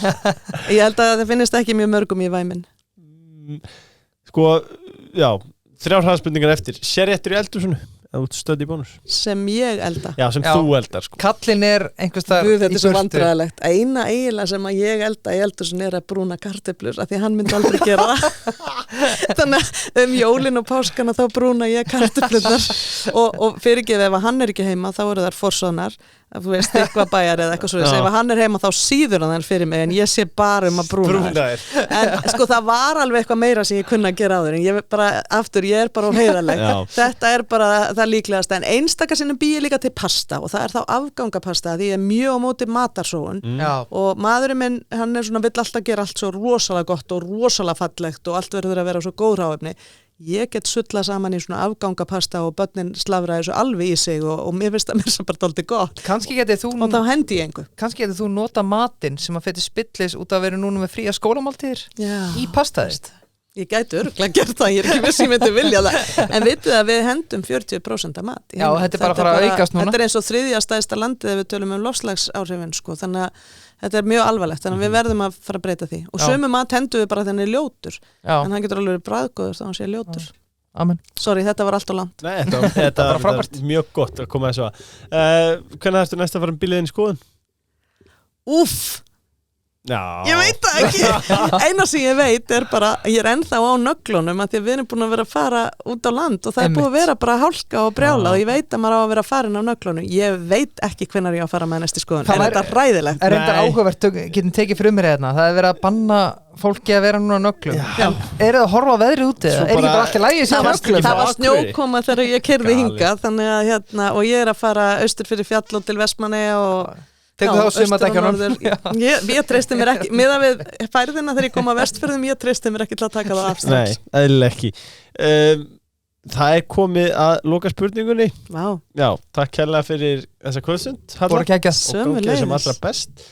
En af hverju ætti fólk að kjósa Höllu Tómasdóttir sem næsta forseta? Það er stórt spurt í lokin.